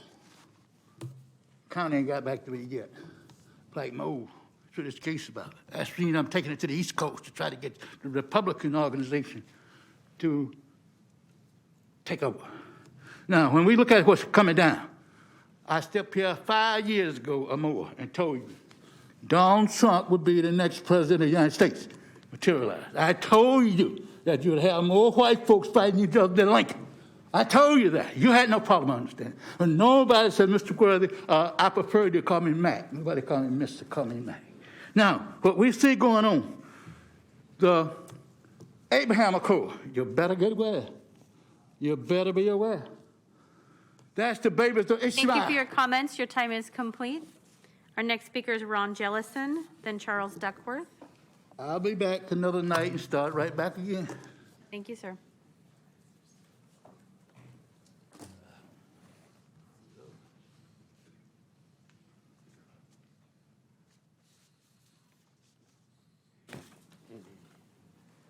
Good evening. This council, before every meeting, honors the Native Americans that were part of our history, and I commend this body for doing that. They do it before, you do it before every meeting. And that's what I'd like to talk to you about tonight. Especially what I'd like to talk about is the old Science Museum, now homeless center on Elm Boulevard. And the reason back in the 1970s, this site was chosen as the perfect spot for a science museum and outdoor classroom. The city of Sacramento, while searching for the future museum site, found that a mound in Del Paso Regional Park had been excavated by archaeologists, and 75 relics were recovered, including hand stones, mortar and pestles, choppers, hammer stones, and projectile points, which were determined to be 6,000 to 8,000 years old. There was also evidence that 3,000 years ago, the Maidu settled in the area. When the city of Sacramento purchased Del Paso Park, there were clear signs of native presence throughout the park. This Maidu Bay Coven was located on or very near the new shelter, and a sweat lodge was also present up until about 1930. The old Science Museum, now homeless site, is classified as one of the most important native sites in the United States. Arcade Creek has the largest drainage basin of all local streams. The creek is bordered with blue and valley oaks. There are scattered cottonwoods, willows, and Oregon ash. Native vegetation in some areas persists, providing habitat for wildlife. Once this habitat was abundant, Today, it is quickly vanishing because of human intrusion and depredation.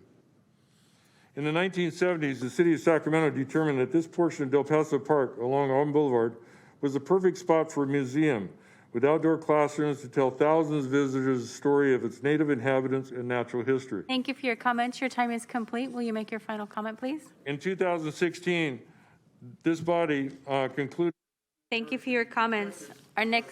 Thank you for comments. Your time is complete. 2 minutes, thank you. Our next speaker is Charles Duckworth, Jeffrey Tardigia, Stephen Barassa. You're welcome back. You're welcome back next week, sir, to continue.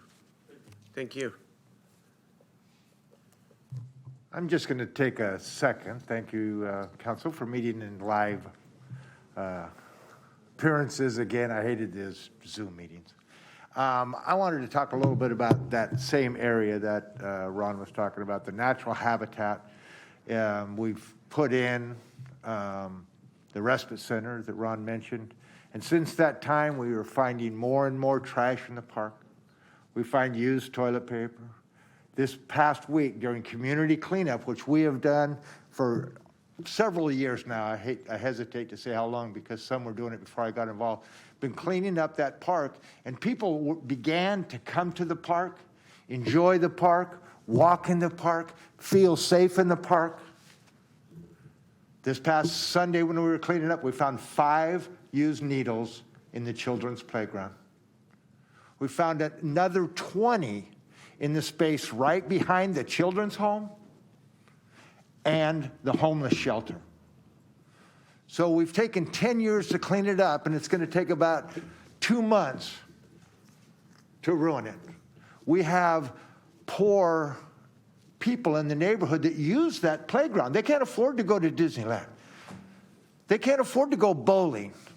They come out to that park because that's what they can afford. Thank you, Mr. Mayor, for paying attention. You spoke to someone earlier today that you would not let anybody talk to you like that, and I think it's rude that you two would just be standing there chatting while I'm trying to say something important. Oh, Sorry.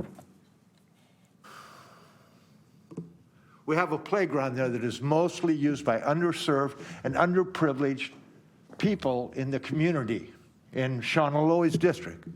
And yet they can't even go there since we've had the respite center because the homeless people are out there playing on the slides. They're sleeping on the swings. Thank you for your comments. Your time is complete. Will you make your final I would like comment, a couple please? of maybe another minute to let me finish this thought because I feel like I was dissed. You know what? I did pause the. I apologize because I was distracted for a moment, so I will, at the chair's discretion, give you an additional minute, sir. It's an exception. Sorry. Go ahead. Thank you for the apology. I appreciate it. Apologies. This area that we have spent as volunteers 10 years cleaning up and making it acceptable and a place that people can go and feel safe is now being avoided because there's too many homeless people in the playground or camped in the natural habitat that is protected, a protected habitat for a reason. Because that is a main water source that runs into Arcade Creek, runs into the Sacramento River, runs into the Delta, and then the San Francisco Bay. And when we have thousands of pounds of trash taken out of there regularly, I wish I had the numbers for you, but the group that does it, which I'm a part of, Ron is a part of, and there's many others, there was about 25 this last Saturday, have pulled out thousands of pounds of trash that is not going to go into the Sacramento River because they pulled it out. Thank you for your comments. Your time is complete. Environmentally used to be important to us. Thank you for your comments. Our next speaker, I believe Mr. Tardigia is gone, so Stephen Barassa, then Jamie Ortega. Good evening, Mayor, City Council, City Manager, City Clerk. I wanted to call your attention to the growing problem of graffiti, stickers, tagging that's plaguing our city. I went to the Handle District this afternoon to take some pictures. These pictures are just from the Handle District, if they can bring it up. Does it show it on here? The Handle District charges, a 1.5% extra. They can abate this problem pretty easily.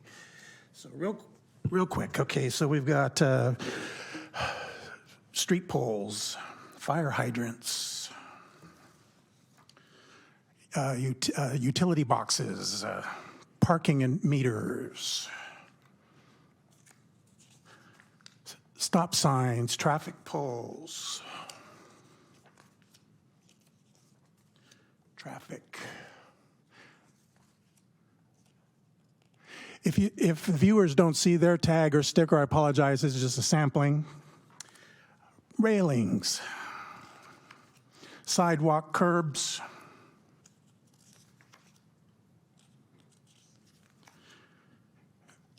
barricades, trash cans,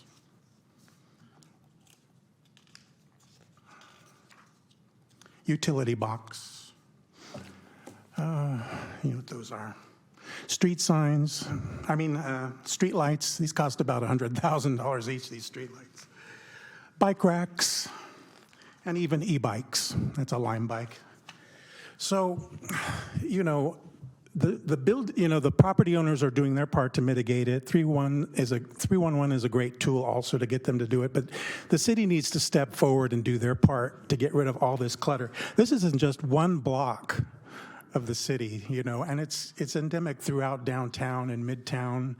It doesn't take much. If you just give me 10 more seconds. Very comments, your time is complete. If you'll make your final comment, please. Yeah, my final comment is this doesn't happen overnight. It accumulates over years. Thank you for your comments. Our next speaker is Jamie Ortega. Or is there anybody we can? What's his name? Mr. Barasa? We'll make sure that a representative of the city manager's office contacts you so that we can.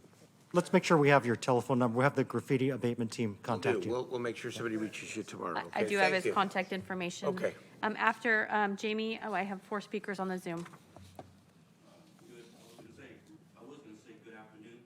Just a moment. Good evening now. My name is Jaime Arteaga. I'm a field representative for the Northern California Carpenters Union. I represent 40,000 carpenters in the Northern California area, 6,000 in Sacramento County, which of 3/4 of them commute to the Bay Area to go to work every day. Yet in return, they bring all that tax, all their money back, all the income back to Sacramento. It's not a bad thing, it's a positive thing, right? I mean, it's good that they're working. Today, I'd like to talk a little bit about our apprenticeship program. This program is a state certified program, which is not paid by taxpayers, or it's paid by our signatory union contractors. This program is the only program that I know of that the apprentices are actually earning a wage while they're going to school. Which it's awesome, right? They're gaining wages while going to school and getting trained for a life-changing skill. And then for me personally, it changed my life. I came from, excuse this, but I came from the hood, right? She's gonna, real quick. So this program has trained me, barely graduating from high school, knowing how to use a measuring tape, to purchasing a home, raising my family, sending 2 kids to college, not regular colleges, UCLA and Cal Poly. I just want to emphasize tonight, please, when you guys give out jobs, please try to employ our apprentices, which basically would help us gain more productive citizens in your city and in your county, which I really appreciate. And hopefully forward in the future, I could come back and have a conversation with each one of you guys. Your time is complete. Thank Thank you. you, sir. I'm sorry. Thank you. Good night. Thank you. Good. Thank you for coming. Thank you. I have 4 more speakers. The first one is Mr. Davis.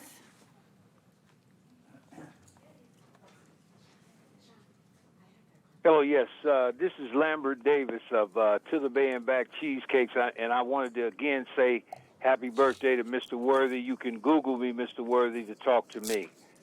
Now, I wanted to say that there's a concerned interest that we keep seeing the city manager's report, and it comes just before what we're doing now. And I think that it either should be, and this is the last time I'm going to say this, because it's just staying up there as though I'm not talking. that report should be administered to the public. I don't sit here for 3 or 4 hours. I want to see everything on the agenda. Now, I want to turn to something that pertains to Yipsy, the mayor, and the city council. Grant High School won the 2022 basketball championship in 2022 at the Golden One Center, and the Grant Drumline was just returned from Washington, D.C. and New York. These are teenagers. They all were at the Golden One Center when this happened. I think the mayor and the city council should invite them to the chamber and give them recognition like you do these other youth throughout the city. It's not easy to win a championship. Ask the Sacramento Kings. The Golden State Warriors just won the championship. I think that tickets should be allotted for them and their families to go to Golden One Center so they can sit in there and watch where they won the championship and watch a championship ball club. That should not cost a lot of money, and I know the families would be there. All you have to do is talk to the coaches and the director of the Drumline. So I want to see that happen because I'm tired of hearing about all the youth and you leaving out people who are accomplishing what these young people are accomplishing. Thank you for your comments. Your time is complete. Next speaker is Robert Copeland.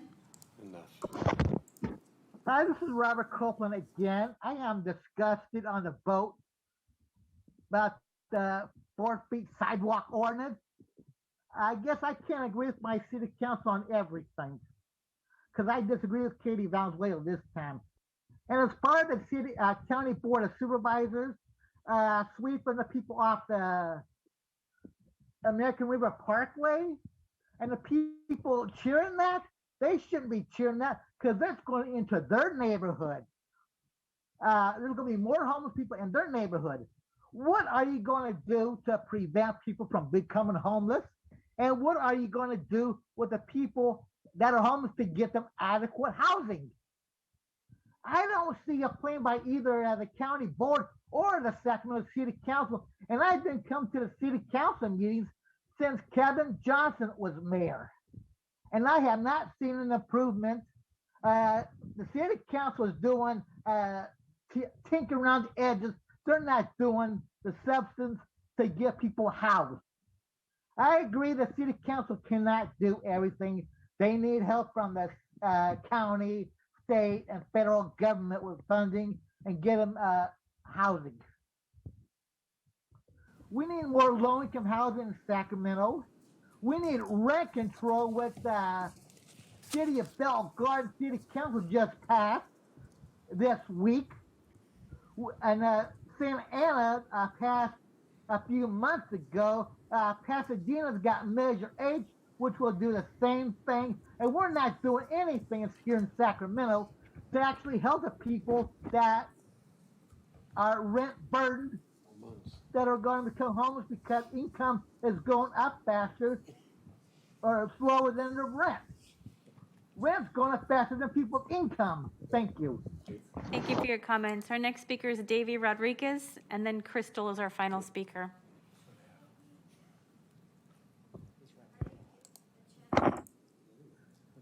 Hello, am I on? You are. Okay, yeah, Davy Rodriguez, as mentioned, and been before the council a few months ago on the issue, and I also the Law and Legislation Committee on the same thing, Law and Legislation Committee, and they said that somebody from the attorney's office would call me, but that never happened. It's about you passing that ordinance prohibiting fishing on the city docks. I told you it was not consistent with the state's constitution, Article 1, Section 25. It's still out of compliance with that.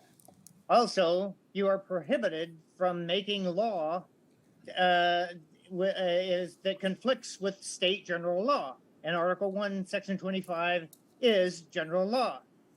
Since no one contacted me, I took the liberty of pulling your lease on the waterfront there with the State Lands Commission.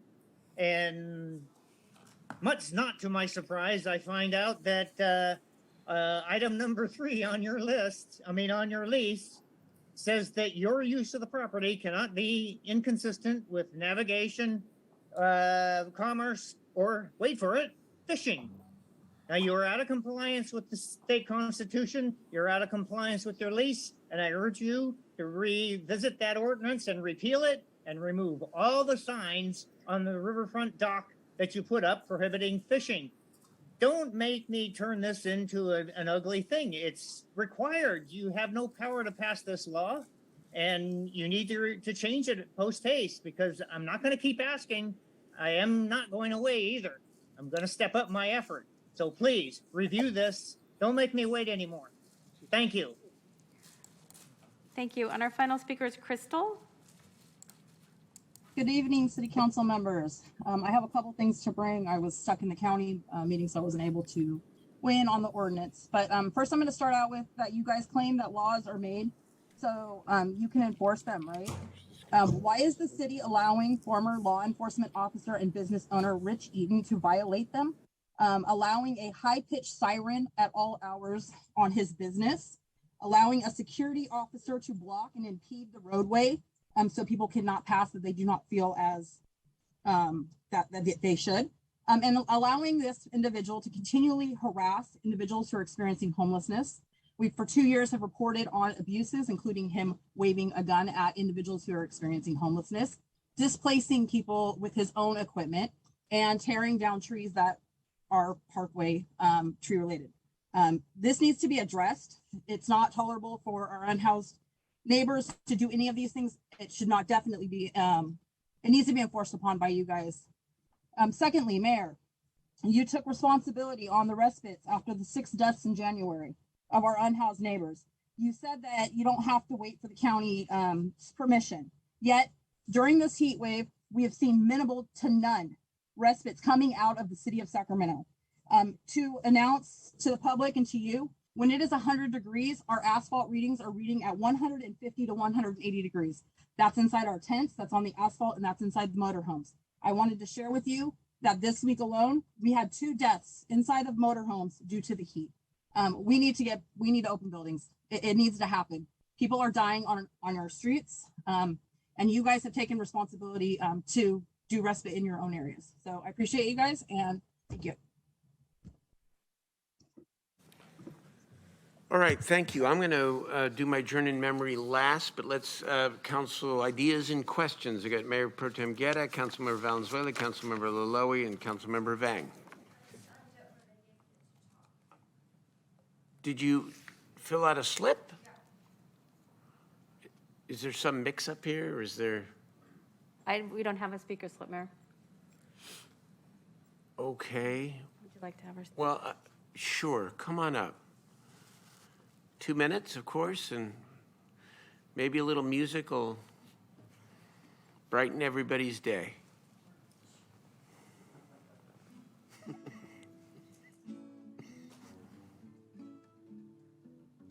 Governor made a program, called it Room Key.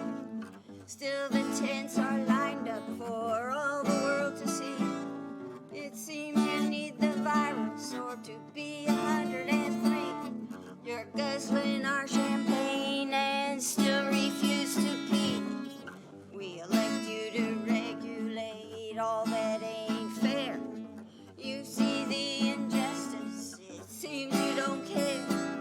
You regulate our cars, food, and how we relate, but refuse to regulate the harmful real estate.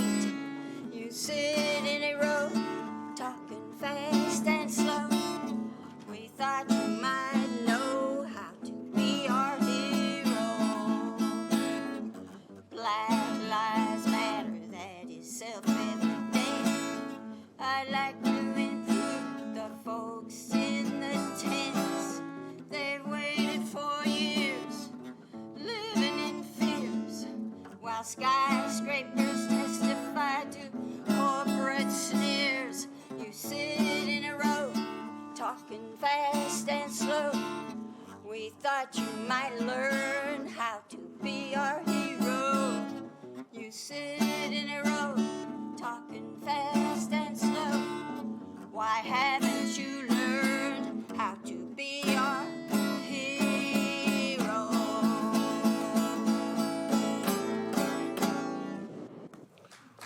Thank you. Thank you very much. Welcome back to the chambers. All right, now let's take council ideas and questions. Mayor Pro Tem Guerra, Councilmember Valenzuela, then Lowy, Vang, and Chenier.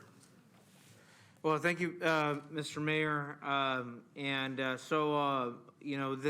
For the last 24 days, 335 miles, we've had farm workers marching across California for voting rights. Mr. Mayor, we have a resolution we've been working on here that will be circulating around to the offices for signature. And I know already Councilmember Vang and Vice Mayor Ashley's agreed to participate as well. But we'll be supporting the farm workers in different aspects of their leg and their journey as they come into our city. And one of the important things I think to recognize is in the last couple of weeks, it's been 106 in downtown Sacramento, 108 when they were up in marching into Livingston. And they've been,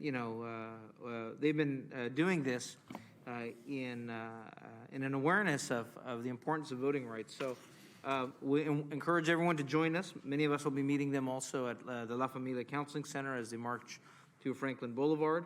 As well, I talked to Councilmember Chenier about what we can do as they come through some of our rich communities here.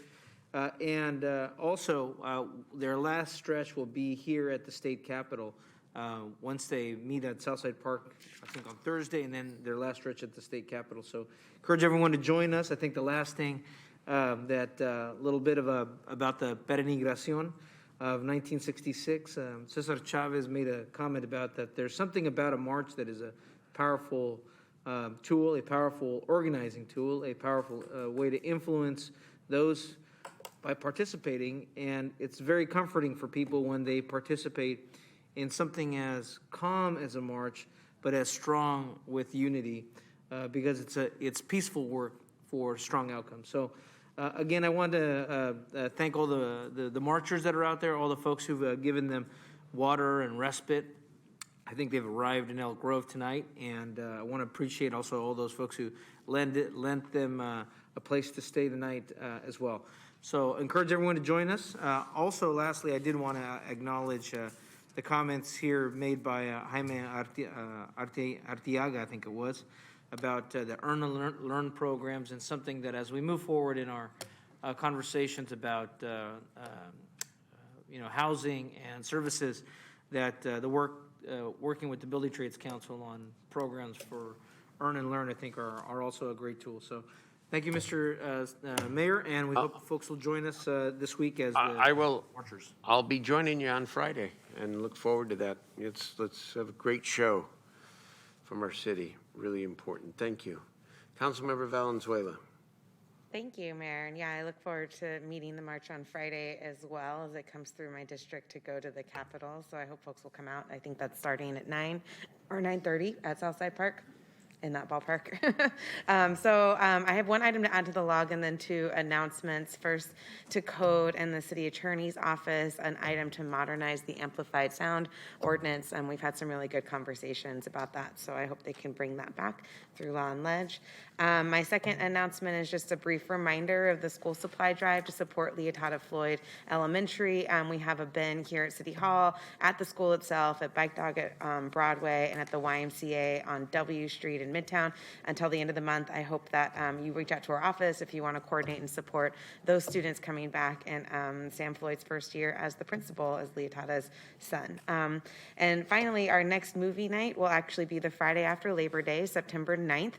Speaking of working with labor, and I'm glad to see the Carpenters here as they always are, at Organized Sacramento in partnership with the Sacramento Central Labor Council, featuring Newsies. It will start at sundown on September 9th, and we'll have 4 additional movie nights later that fall, but look up the flyer on our website, and I hope to see you all there on the 9th.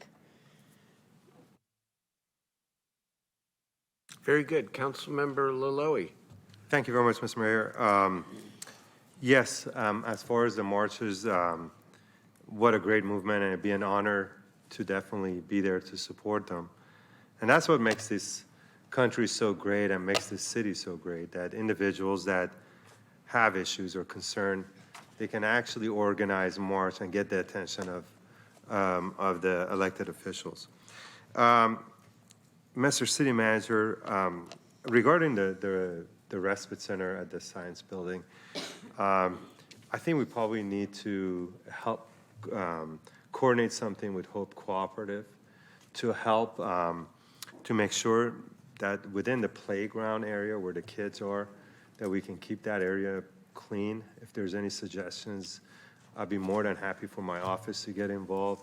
And also behind the Children Recovery Center, to find 20 needles is somewhat concerning too. So hopefully we can work together to see how we can minimize that situation. I will greatly follow up appreciate with it. Hope Cooperative and our DCR team. And I appreciate it because we made a commitment to those residents. So I want to make sure that we keep it nice and clear for them that, you know, we are trying our best to help the vulnerable community and the residents. So I appreciate on that.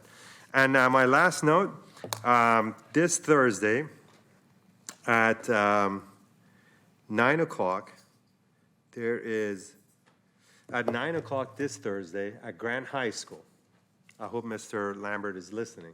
At Grant High School, we're doing ribbon cutting.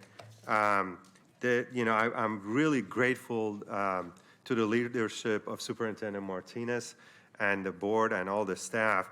So they have built a brand new track field that's going to actually be open to the community, and they're going to have different exercise machines on this field, not only for their students, but for the community as well. So it's great. It's going to be a proud day. And once again, go Pacers. Thank you. Thank you, Councilmember Laloe. Councilmember Vang. Thanks, Mayor. I'm looking forward to the United Farm Workers March as well, and I'll be joining actually on Thursday in Elk Grove, and then they're going to be marching up South Sac, so really excited about that. Looking forward to that. Just have a few announcements. As you know, in our office in Team District 8, we have our quarterly Team Up to Cleanup, and we have our next event actually happening next Monday, August 29th. From 9:30 to 12. So if you are free during that time and y'all are watching this, we're inviting you to come out, bring a friend, hat, sunscreen, comfortable walking shoes, supplies and refreshments will be provided. We're gonna meet at Duncan at 8351 Bruceville Road. So hope to see you all there. If you're interested and you wanna volunteer, you can go to heartandhustle.org/W Stockton Boulevard and join us. I also wanted to announce that this Saturday as well, there's going to be several open houses throughout the city of Sacramento from our fire department from 10 to 12. I think there's numerous fire departments that are going to be, fire stations that are going to be open. But I want to give a shout out for our district. In District 8, one of the open houses is at Fire Station 16. That's located at 7363 24th Street. Again, all of these open houses at the fire station is open from 10 to 12. We'll make sure to post that on social media because I think there's like a fire station with all of our districts. Want to make sure that we give a shout out to our fire department. And then lastly, this Saturday in the evening around 7 o'clock, doors open.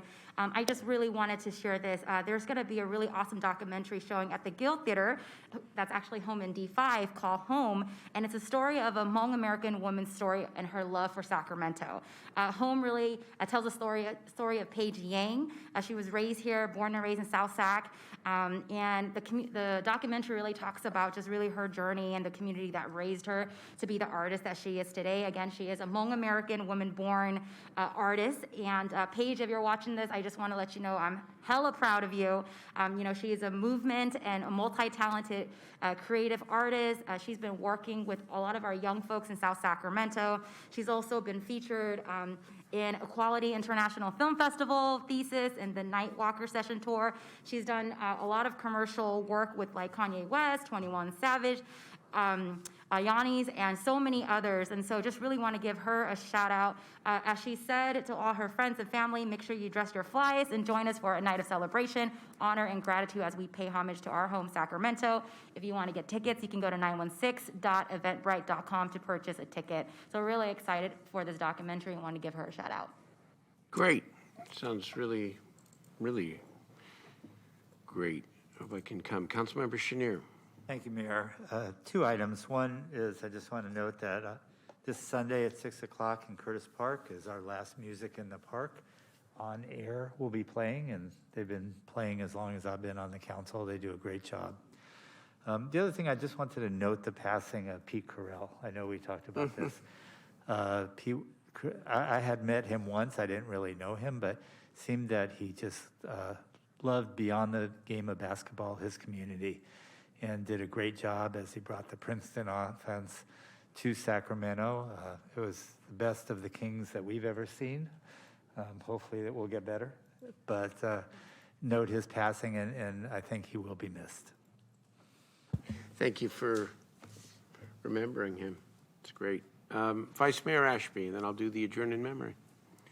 Thanks, Mayor. And I just want to start by thanking Mayor Pro Tem Guerra for including Councilmember Vang and I in the farm workers resolution that you're bringing forward. Happy to do that with you and with Councilmember Vang and whoever else participates in the days to come. It's so impressive to watch those guys make their way across the state.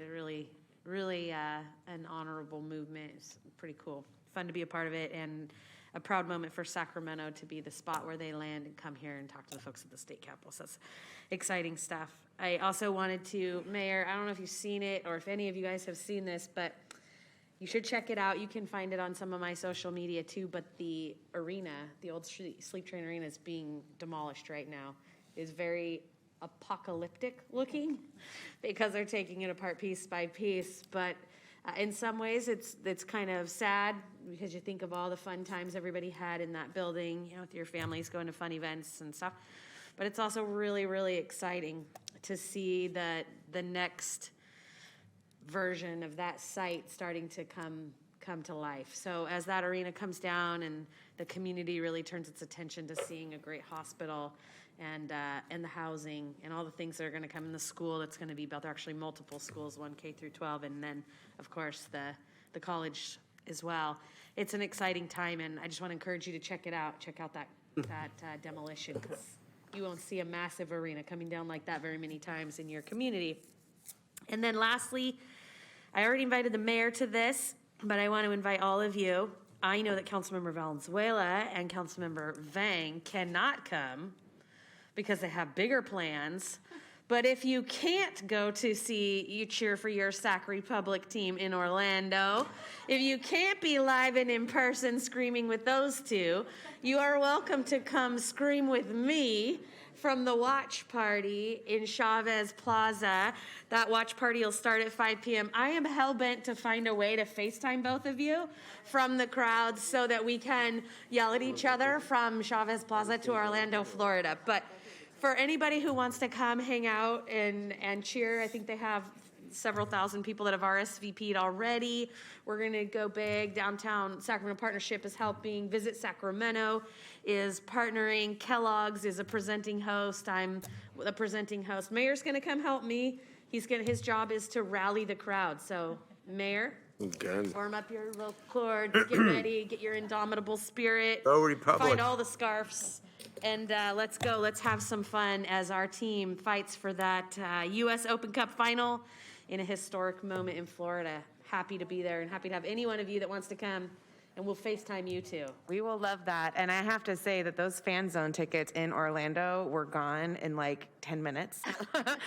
So thankfully we had a connection with the team to make sure we could still get seats, but it should be a really great time. So happy You guys are to. going to have to be my in-crowd correspondents. We will do it. We will do it. All right, let's go. It'll be a great night to celebrate. When we win, and even if we don't, it'll be a great night to celebrate. I just said even if we don't, but yes, we will. Okay. Hey, members, we end tonight in a solemn manner, but maybe in a manner of celebration. And we stand in spirit with our dear friend and colleague, Rick Jennings, who I know is in Houston tonight and is participated in the meeting virtually despite his grief. Rick lost his dad last week, Richard Terrell Jennings, who lived to the great age of 96 years. And what a rich life he had. I have the obituary in front of me, and I'm not going to read it all, but I do want to summarize some of it. And You tell me who you think of as I am reading some of the highlights of Richard Terrell Jennings' life. By the way, Rick is joined tonight by Richard Terrell Jennings' wife of 31 years, Brenda Joyce. And our condolences, of course, go to you, to Rick, and to the entire Jennings family. But this was a remarkable life of Mr. Jennings. He served his country for 3 years in the South Pacific during World War II. At a time in American history where educational opportunities and job opportunities were often denied to African Americans, Mr. Jennings was a self-made man. He was a self-taught cook. He worked his way up, starting as a waiter at a country club in 1948, became the head chef and maitre d' and catered dinner parties in Houston.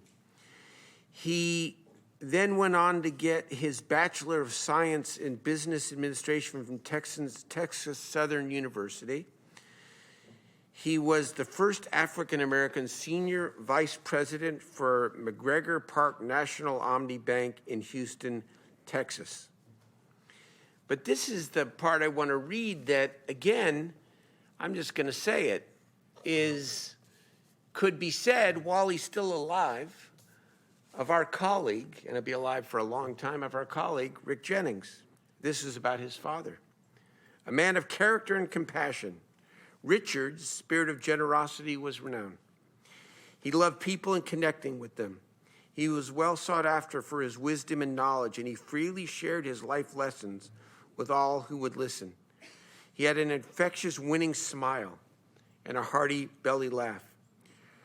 Richard was not one who could be easily influenced.